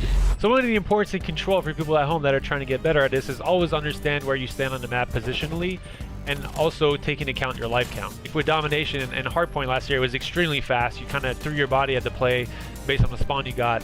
And this year with 4-on-4 and Cold War, it's changed a lot. There's a lot more situational plays you have to kind of understand, and your decision where you should be or on what you should do and where you should be on the map in Control specifically is really based on how far your team up is on the map and also what your life count is. And on defensive side, let's say you have a life advantage, then you can kind of throw your body at more and trade kills effectively, because that'll make the other team, the offensive side, a little harder to get control of the map to get the objective, and also inherently give you more kills than the other team has to push them back towards the spawn, which is really ultimately the goal. And then on the flip side, on offense, if you have a life advantage, then use that life advantage to control the map, maybe be a little more slay heavy, so on and so forth. There's a lot of decisions you can make really to grow yourself as a player and grow yourself in a controlled way. So yeah, I'm excited for Control this year. 2021 is going to be greater because of it. I feel like the strategies and the elements that teams are going to bring to that mode is going to create for some super exciting gameplay. Definitely look forward to it and try and learn as much as you can from the pros, because they know what they're doing. And yeah, hopefully for a great year of Call of Duty. The wonderful Rambo Ray, the coach of the Dallas Empire, parting words of wisdom as we go into Garrison Control here. Our maps and modes, this is where we're going so far. We've been to Crossroads, Miami. We now turn to Garrison, the old league play favorite. After that, maybe a raid on Hardpoint raid, excuse me, and a Moscow Search and Destroy, if we have to go the distance. And I know the Seattle fans, they want it bad. Can Gunless, Looney, Octane and Pristini, they dig deep here and find a victory on Control against our current reigning world champions? Chance, Garrison Control, defense heavy. Do Seattle Surge have some tricks? Can they pull out an offensive win? We saw the LA Thieves do it earlier against Rocker. It's possible, it's not easy, it has to be a perfect storm, but anything can happen. I mean, I would say what we saw from the series before from Rocker is like a couple ideas of how to approach the A site, and then what the Thief showed us is sometimes there's just an opening. If you get the kills in the right order, as long as you're keeping track of where everybody is, there's just going to be a couple times throughout the map where you can just flood out through green and go and get that setup rolling. Of course, we get to see how both of these teams approach it. I'd say the issue is for Seattle. They just need to find a way to slow these players on Empire down. Hook again dropped 34, 36, whatever it was in the first hard point. And Shotzi was feasting in the Search and Destroy. Of course, though, the actual Control right now, nice and balanced out. Nothing too crazy going on for the moment. Looks like Seattle able to pick up a couple more of these kills. They're trying to wriggle around each other and see who can get the advantage. So far, Duke finds one. Shotzi now charging forward. The nade lands. Doesn't do a whole lot to him. He's made tough stuff, that boy. Now the double vent push. Looney is going to get up top and find nothing in there. There's going to be an Illy and a Shotzi about to peek out from behind, and I quite like it. It's going to give them a different angle to attack this one from. As Octane makes his way through the green side of the map, hoping to find some more kills. Looney does get involved on a crim. Over to B we go. Now we're going to see Seattle start to capture this position. Shotzi does manage to peek in and out, and from behind though, got to worry about those players coming in off spawn. Shotzi still on the does get it on the Gunless. And now Shotzi can just sort of keep doing laps. Chance, he's got 3 in a row right now. How many more can he get? 30 seconds remaining. The defense reigns supreme. Oh my God. This is already just 20 seconds stripped off the clock. Look at the amount of progression that has happened on this B point. Just a sliver. That has been the story so far of the round. It honestly doesn't even feel dominating. It just feels like Shotzi found a moment where he's picking off a few players, shooting him in the back, and then once you get the control, you just never give it up. Rossini, opportunity to try to get the two-piece, to get some sort of opening, but no me gusta. Just a complete... I mean, again, it didn't even feel dominant like it was. It just felt easy. From the side of the Empire, just stress-free to get that first round. Winning by clock. They just pushed the timeout. They didn't let him get anywhere near the points. Very, very smart play from Dallas. I mean, that was a clinic. Very, very solid defensive round there on Garrison. They knew exactly what they were doing. We will switch sides now and see what they can do on offense. Can Seattle Surge now get themselves back on the board with a defensive round? Not a whole lot of kills either way's Chance. Like, no one really popped off. We didn't see a lot of players drop out. A very, very interesting turn of events still. Seattle Surge now on defense. Let's go for a quick Astro Gaming listen in. It's Seattle Surge. Looking for One gonna be step. tough. Oh, I died from Crane right up, big back to their side. Their He's side. under crane, under crane, under crane, under crane, under crane, Four. Keep back loading right now. Trying to get mid tank. They could be vent. They're gonna be vent, gonna be vent, Oh, gonna be vent. I don't see caution, anything in the back. I have vent cross, you have my caution. I have vent cross, you have my caution. Crim's caution, Crim's caution. And one was up front too. Top caution, Kyler. Top caution, good enough caution now. One shot caution. Nice. Got me, another one Going in there. there, going in I don't see him there. back. I don't- County top caution. Peek in, You're looking for peek in. Kyler. Pocket two. Looking for Kyler. Everybody else. Pocket two. Still top caution. Hey, bottom before they I'm killed dead, them. bro. Rails. I'm coming. That's one green. One's bottom crane. No, I'm on point. Resupply, dead. Go on. L's up, bottom green. I'm waiting for you guys. Top crane, dead. Nice. Off Laying on point. the clear, chance exactly we wanted to hear. I mean, the Seattle Surge, they are not going down without a fight. Gunner's back on point, finds himself 1. 30 seconds remaining. It could be a tale of the same sort of round. We're seeing these defensive teams pushing up far, keeping the enemy team out of play. 20 seconds now remaining. We could be seeing another play here, but again, number 1, Shotzi, he's managed to slip through the net and now in on the B point. Stops the clock at 17 seconds. Quick kill, gets him off of it. Illy's got to make a dive straight onto this one. Can anyone stop him? Gunless goes down from behind. This is a chance to stop the clock right on 8.8 seconds. Now Illy has got to survive for as long as he possibly can. Not an easy ask. There's the kills chance and right back at him. Shotzi's going to get a tick, but is it enough this late in the game? It's getting picked apart right now. No map control. Now the flood is forced over towards B. Seattle with all the control in the world. Hook, though, not able to pick up the second. Octane getting the job done with that final gunfight and defense. Hold strong. I will say for the comms, like Looney, it sounds like Duke's doing a great job of like the general leadership and making sure that everyone's on the same page. You got Gunless calling out like, hey, I've got this. This is the one thing open. Make sure you watch caution for me. And then maybe a bit of a misstep as you hear Octane being like, I thought you were challenging. Maybe a little bit of being not quite on the same page, but only for a moment. Brown, of course, they got the job done. And on the live count, not too far apart. I think it might only be a 1 or 2 kill difference between these two teams. So job well done on both sides. Again, just still waiting to see if we can get any sort of opening on offense as Seattle, well, Pristini, just an aggressive right up towards these cat steps. See if anyone can get that first pick. Make that open. Here we go. Trying to make something happen here. And again, the shots from Crim, the crossfire from Illy as well backs him up. Looney now on the flank. Has himself 1. Also identify Shotzi on the wrap though. So now you have to be very, very careful. And oh no. Shotzi is armed and dangerous. Now roaming around the back of the side of the map. Looney gets a bit of retribution. Immediately cut on out. 1 minute remaining now. Pristini trying to make the charge forward. He and Octane now looking to make something happen here. But again, B is not easy to get to. A lot of angles to defend from. Great awareness, takes care of a few vents below. Now, you have to see a play in towards B. The clock's still ticking. Oh my god, there are so many players in the vents right now. Dallas have formed the conga line. And it may actually work out. Oh my god, it worked out. Shotzi finds 2. Chance, 30 seconds left. No one can get near these points.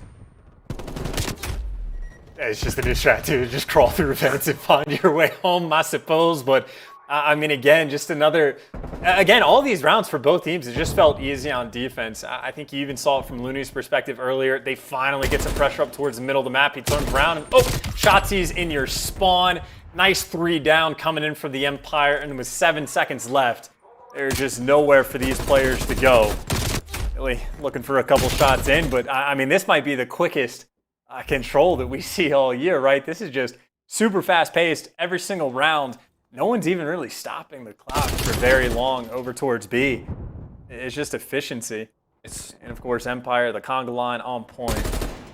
They're certainly keeping those vibes flowing, even dancing in game. Yep. I mean, this is for either side as well, because now we're going to see Seattle back on defense. I mean, we could see another great defensive round from Surge. It's just going to force it down to whoever gets the most kills and can take defense on that 5th final round. But this is insane. This is a crazy one. I do think Dallas have got to go big. We saw LA Thieves do it against Rocket. 1 decent play, and you are going to see those rounds start to swing. But on offense, it is tough, man. That's the opening break. Illy's going to get first blood. Looney goes down low, and it's just all Dallas in the kill feed. Can Looney stop that? If only for a brief moment. There's 1. Can't get the second as well, but still. Pressure mounting. Gunless starting to heat things up. Finds himself a nice kill. Straight on the offensive he goes. Can he get any more out of this one? No, he cannot, unfortunately. Stini will take the place of him in the center of the map. Again, just trying to be a nuisance at all times. I will say, that was a moment. You talked about potential openings. That A site was actually open for Shotzi, but instead of trying to cut over, obviously he doesn't know this. Well, now he's got the perfect flank around back. There's one. Shoot the second in the back. Maybe got a little bit baited by Gunless's movement, so he doesn't quite get the kill, but now they're trying to flood out towards A. Pressure from Seattle. They're able to get back and retain that site, but either way on offense, the most we've actually seen. But now these players flooding into green, just giving the opening potentially. For Stini, you talk about winning the most important 1v1 on the map so far. If he doesn't get that kill, could have had dire consequences behind it. Either way, progress at B is going to be there. The final tick about to come through. It is going to be a 5-life advantage in 2 minutes almost on the clock for Empire to try to get this A point going. This is the Alamo, Seattle Surge. They have one final point remaining. 18, make it 17 lives now to get it done. Dallas sitting at 23, 22 overall, and they are going to be making the play. Looney in now from behind, it's cutting these players out. With that, map control should lie in the hands of Seattle Surge. They've got a little bit of a run now to make their way forward. They're giving a lot of respect there to Dallas Empire. Don't have that much map clearance, but now Duke's leading the charge. In he goes through top green. One kill at a time. The trophy system's going to just shave his eyebrows right off as that flash grenade blows up before his very eyes. And Crim now being very, very sneaky indeed. Trying to find the play in from behind. Great shots from Christini. Shots now made his way in through bricks. Play could be on. Illy finds kills as well. Dallas, this could be it. They could have found the kills they needed to right off the start of Crim's one. And with that, they're on the point. Now Hugh, it falls to him. The shots come through. He's going to take care of Pristini, and with that now, the front line moves forward. The reinforcements for Dallas start to flood on through. The crossfire comes in, and Bricks is now showered with the remains of Seattle Surge. Crim still going. Shotzi now. He and Crim on point, going for the full cap chance. The second tick is the thing of the past. They could well and truly close it out here on offense. Well, one man was able to get to the steps. That's going to be Looney. Illy from up top, only able to pick up 2 along the way. He gets traded. Octane wins his one, and Gunless can't quite finish it. Hook, the final man, the final gunfight, he picks up 2 to keep that pressure over towards A. Looney's trying to get these trades, and right now maybe a bit of a contest, but Empire still in the hills, still in those power positions, trying to end the game here. There's only 2 players left now for Seattle Surge. They've got to go, and they've got to go big. Gunless finds one. He's now bleeding out. He's got a lot of damage dealt. Shotzi above. He comes from up high. And with that, Octane falls as well. It's a 3-1 win. Dallas turn it on its head and manage to seal the deal on the offensive round. A clean dispatch there towards the end of the game. And oh boy, Dallas Empire, they mean to start the season like they finished the last one. Looking damn dangerous indeed. Hook and Illy popping off towards the end. Even in that kill where Hook gets traded, it was Illy that was there for the trades. They needed repeated 2 pieces to keep that pressure on the hill. Each of those players able to deliver. And I think Hook, for those final few kills, makes sure to just be that nail in the coffin. Phenomenal series by the young man. He's got to be feeling great about that one. Obviously getting the job done in a dominating 3-0 fashion. If you're an Empire fan, I think at this point in this series, you expected nothing less.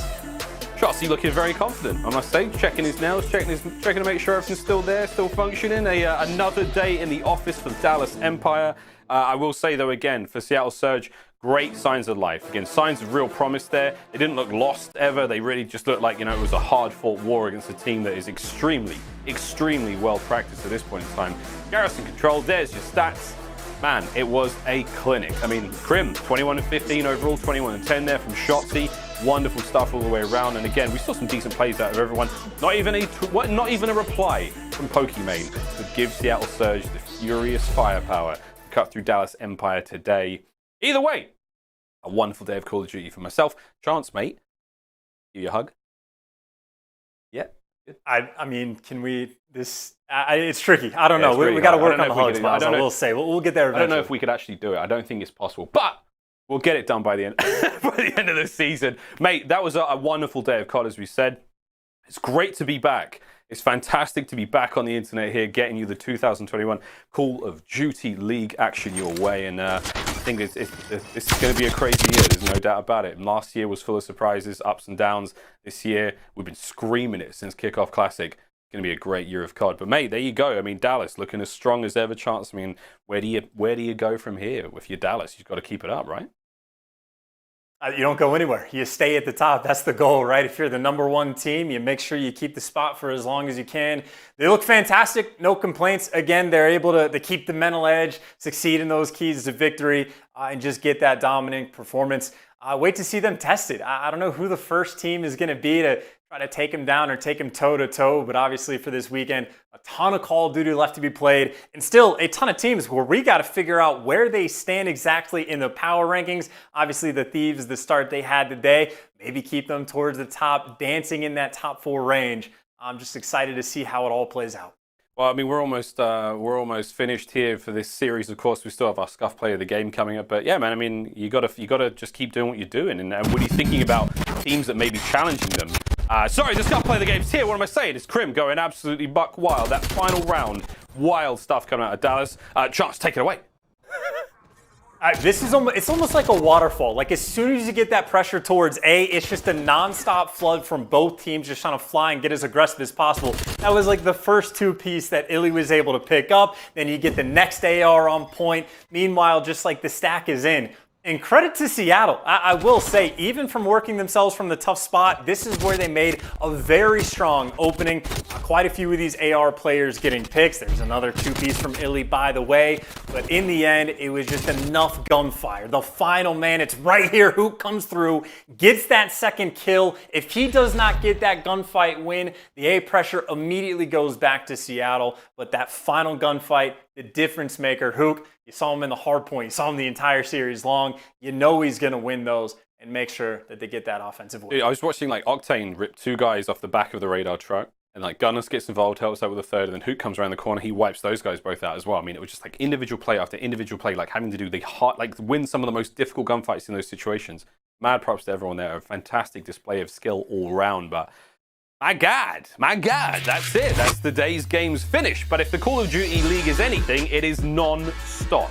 Challengers is still rip-roaring. We've, of course, seen the Challengers Elite broadcast earlier this week, and this is what you can expect from Challengers throughout the 2021 season. Of course, we've got 20 weekend cup tournaments across NA, EU, and APAC, $130,000 total prize in there. We have 5 open events during team majors across the North American, EU, and APAC regions again. That means you can sign up and have a shot at $500,000 total prizing overall. We have the Elite schedule, of course, running through, of course, from February 6th to 24th, all the way down there June 26th and the 14th there. That's the 5th season. It's non-stop here in Challengers as well. Call of Duty is taking over, and the league is doing what it can to make sure that you, those players at home, can take a crack at these big players, try and earn some money, maybe even get in the league. We've seen the Challengers divisions produce some of the finest up-and-coming talent that has made their way into the Call of Duty League, literally turning their lives around, you know, going from, I play a lot of Call of Duty to, I'm now a professional Call of Duty player. It is possible.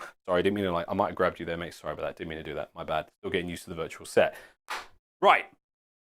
Chance, you've watched a bit of Challenges. It's been a lot of fun. A lot of fresh new faces on the broadcast. A lot of great new players coming up. I mean, who's your favorite rookie of the season so far? Say Neptune.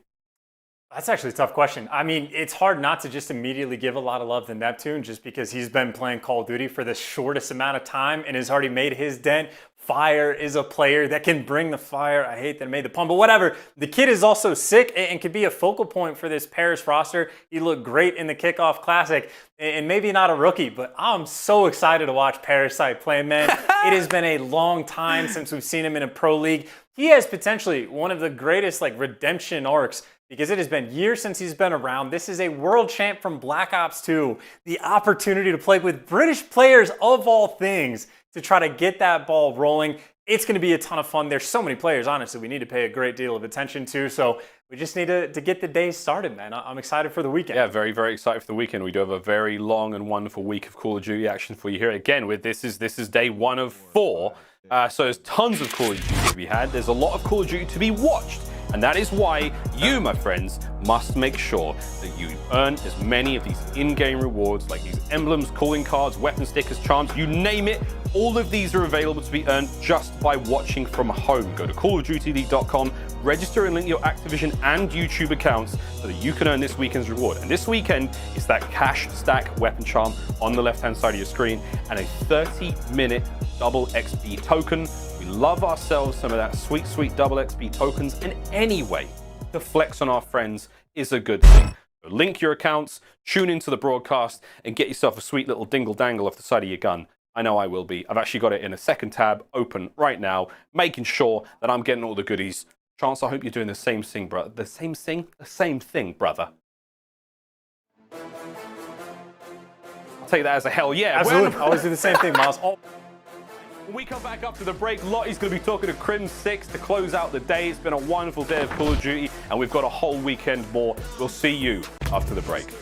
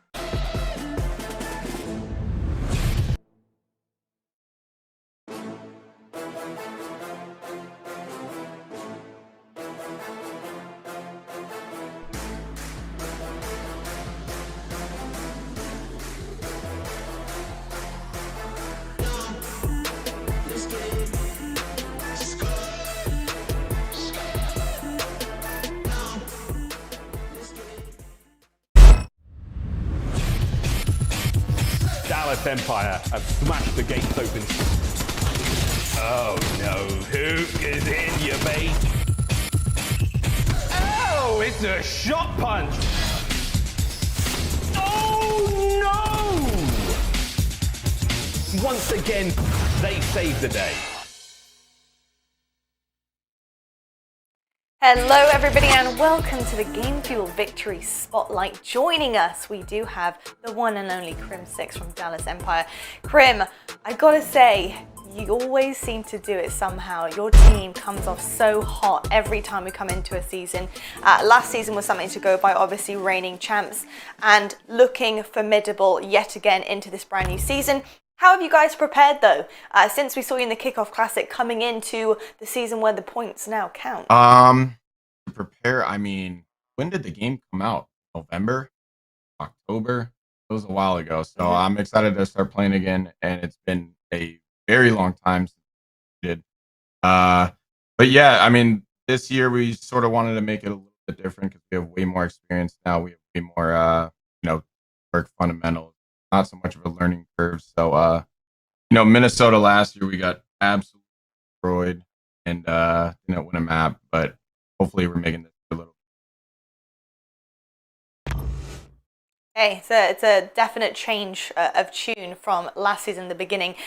You guys obviously have gone through it in terms of coming into the new game. We've gone back to 4v4. You had to drop, a very good core player from your roster to make that happen in this new game. How was that? How was that process, and how are you guys getting on as a new core roster?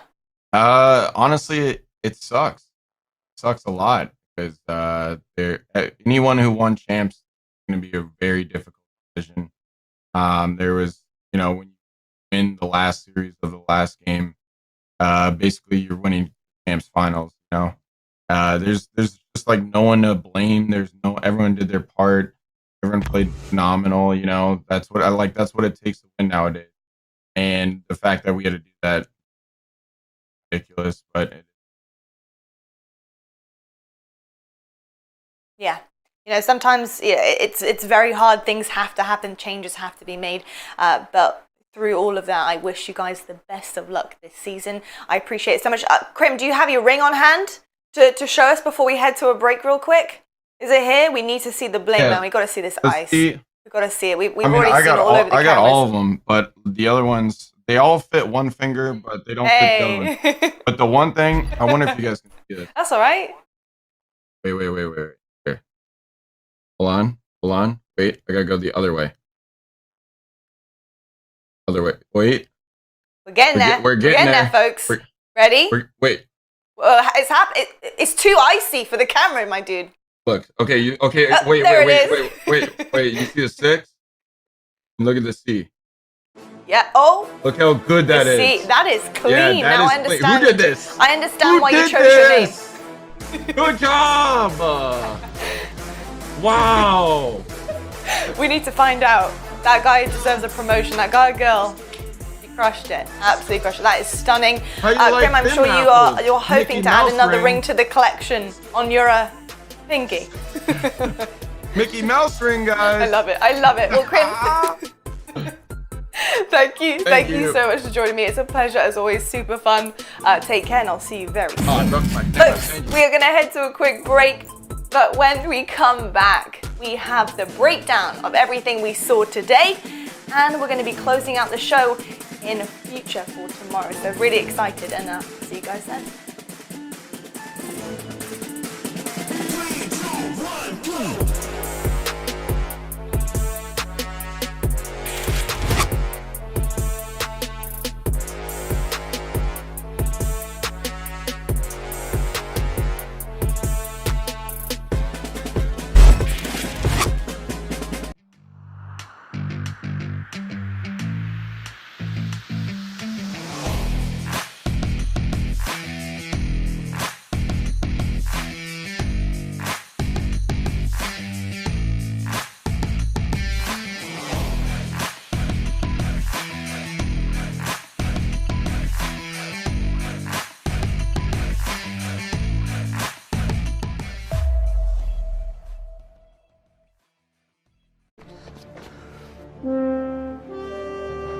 Magic. Oh, I'm so in.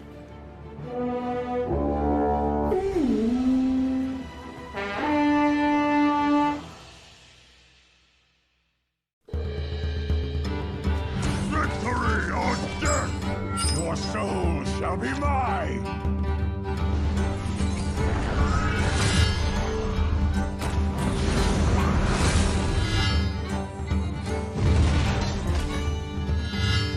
Your soul shall suffer!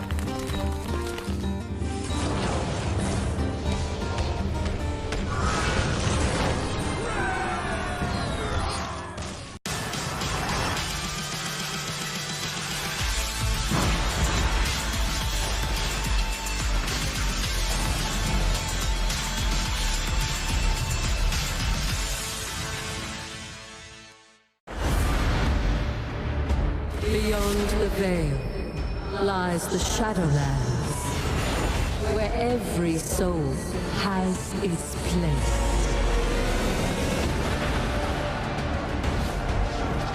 Beyond the veil lies darkness, where every soul has its place. World of Warcraft Shadowlands. Brave the Beyond. Available now.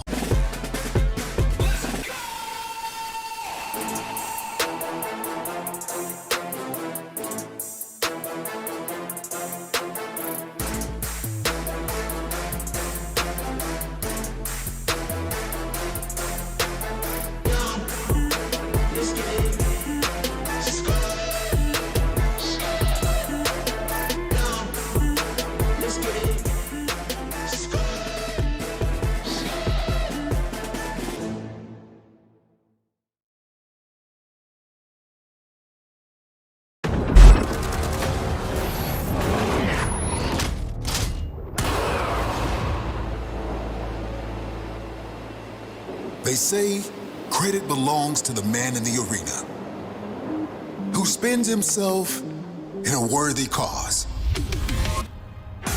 The credit belongs to those who dare greatly. And to those that fail, at least fail daringly. Target terminated. The glory is reserved for the few who, no matter what, answer the call to enter the arena. The call doesn't care if you fight for 1 or 20,001.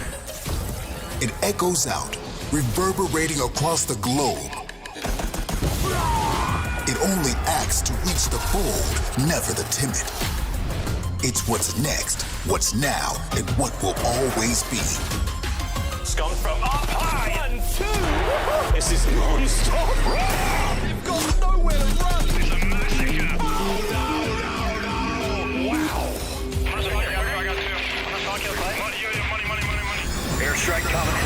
It's an ambush. The spawns are out of control.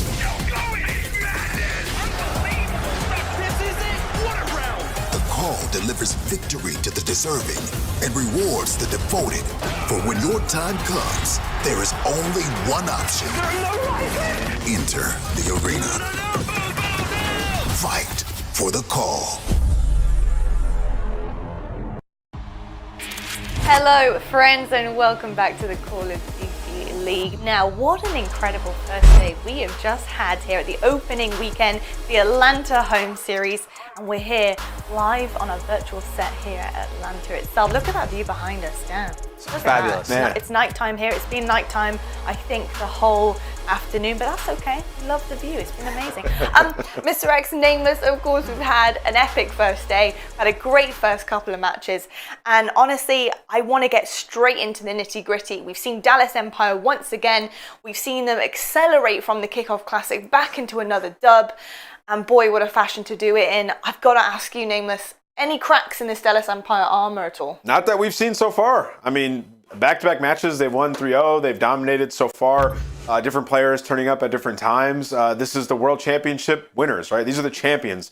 And coming out in the next season, they have dominated and they haven't skipped a beat. Typically, when a team wins a World Championship the next season, you do see some cracks in their armor off the rip, right? Like their overconfidence maybe sometimes. Not with Empire. They're on form and they're the team to beat right now, 100%.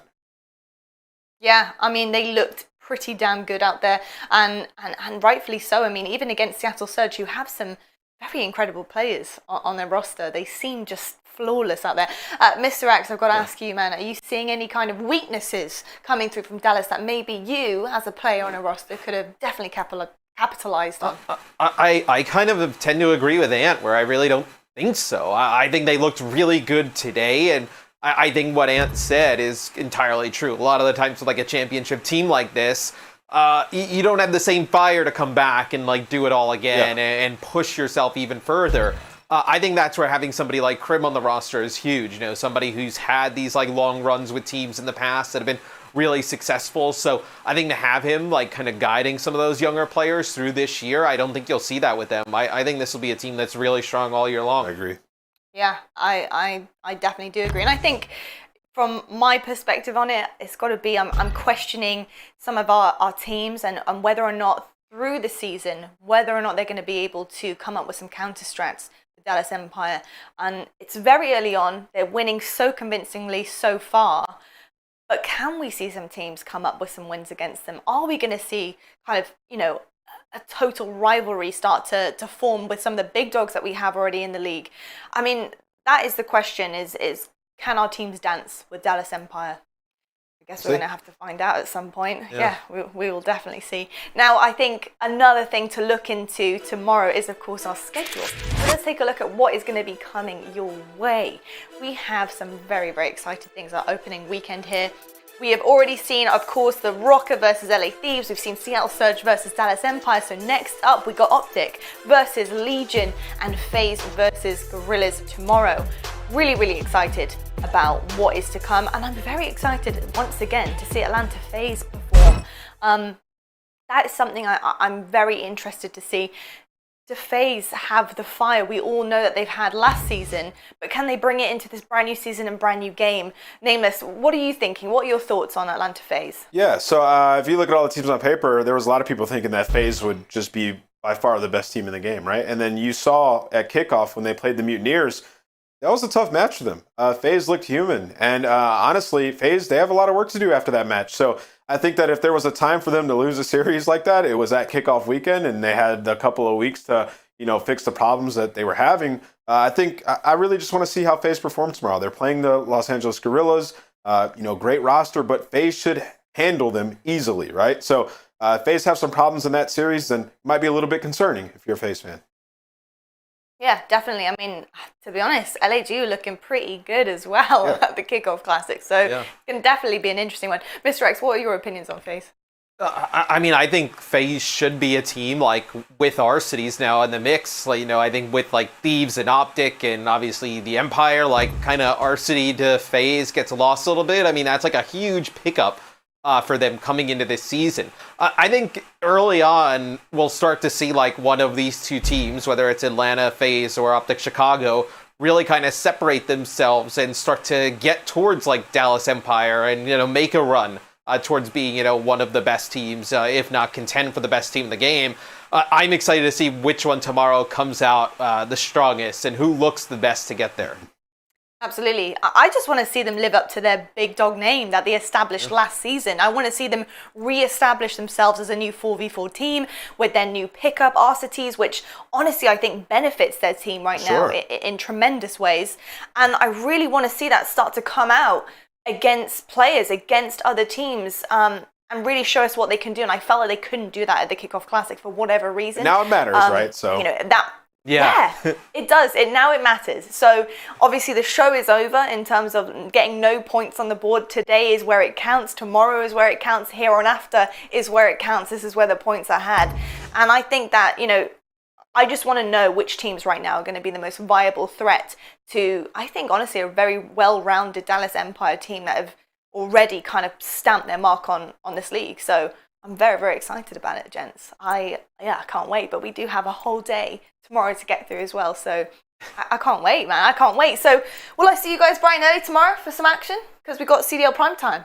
Yes, sir. Yeah, I'll be here. Yeah, I mean, I'm going to be here tomorrow. So, yeah. I mean, Nameless, are you going to be here tomorrow? I don't know. No, I'm sleeping in this virtual set. This is where I'm at now. I love it. I can't move either. I've got my pillow right here, and I'm basically ready to go. The lights stay on. This is home now. We're home. We're home in the headquarters. It's the best thing ever. But thank you so much, everybody, for joining us. It has been an absolute pleasure bringing you the first day. It's our opening weekend, the Atlanta home series. We got day 2 coming right up. So thank you so much for joining us, and good night.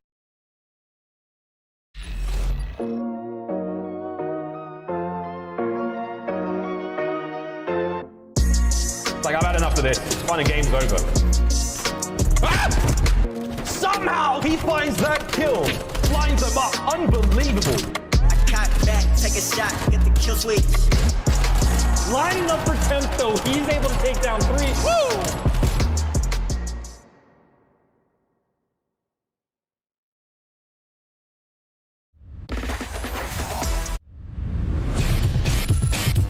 Dallas Empire have smashed the gates open. Oh no, Hook is in your base.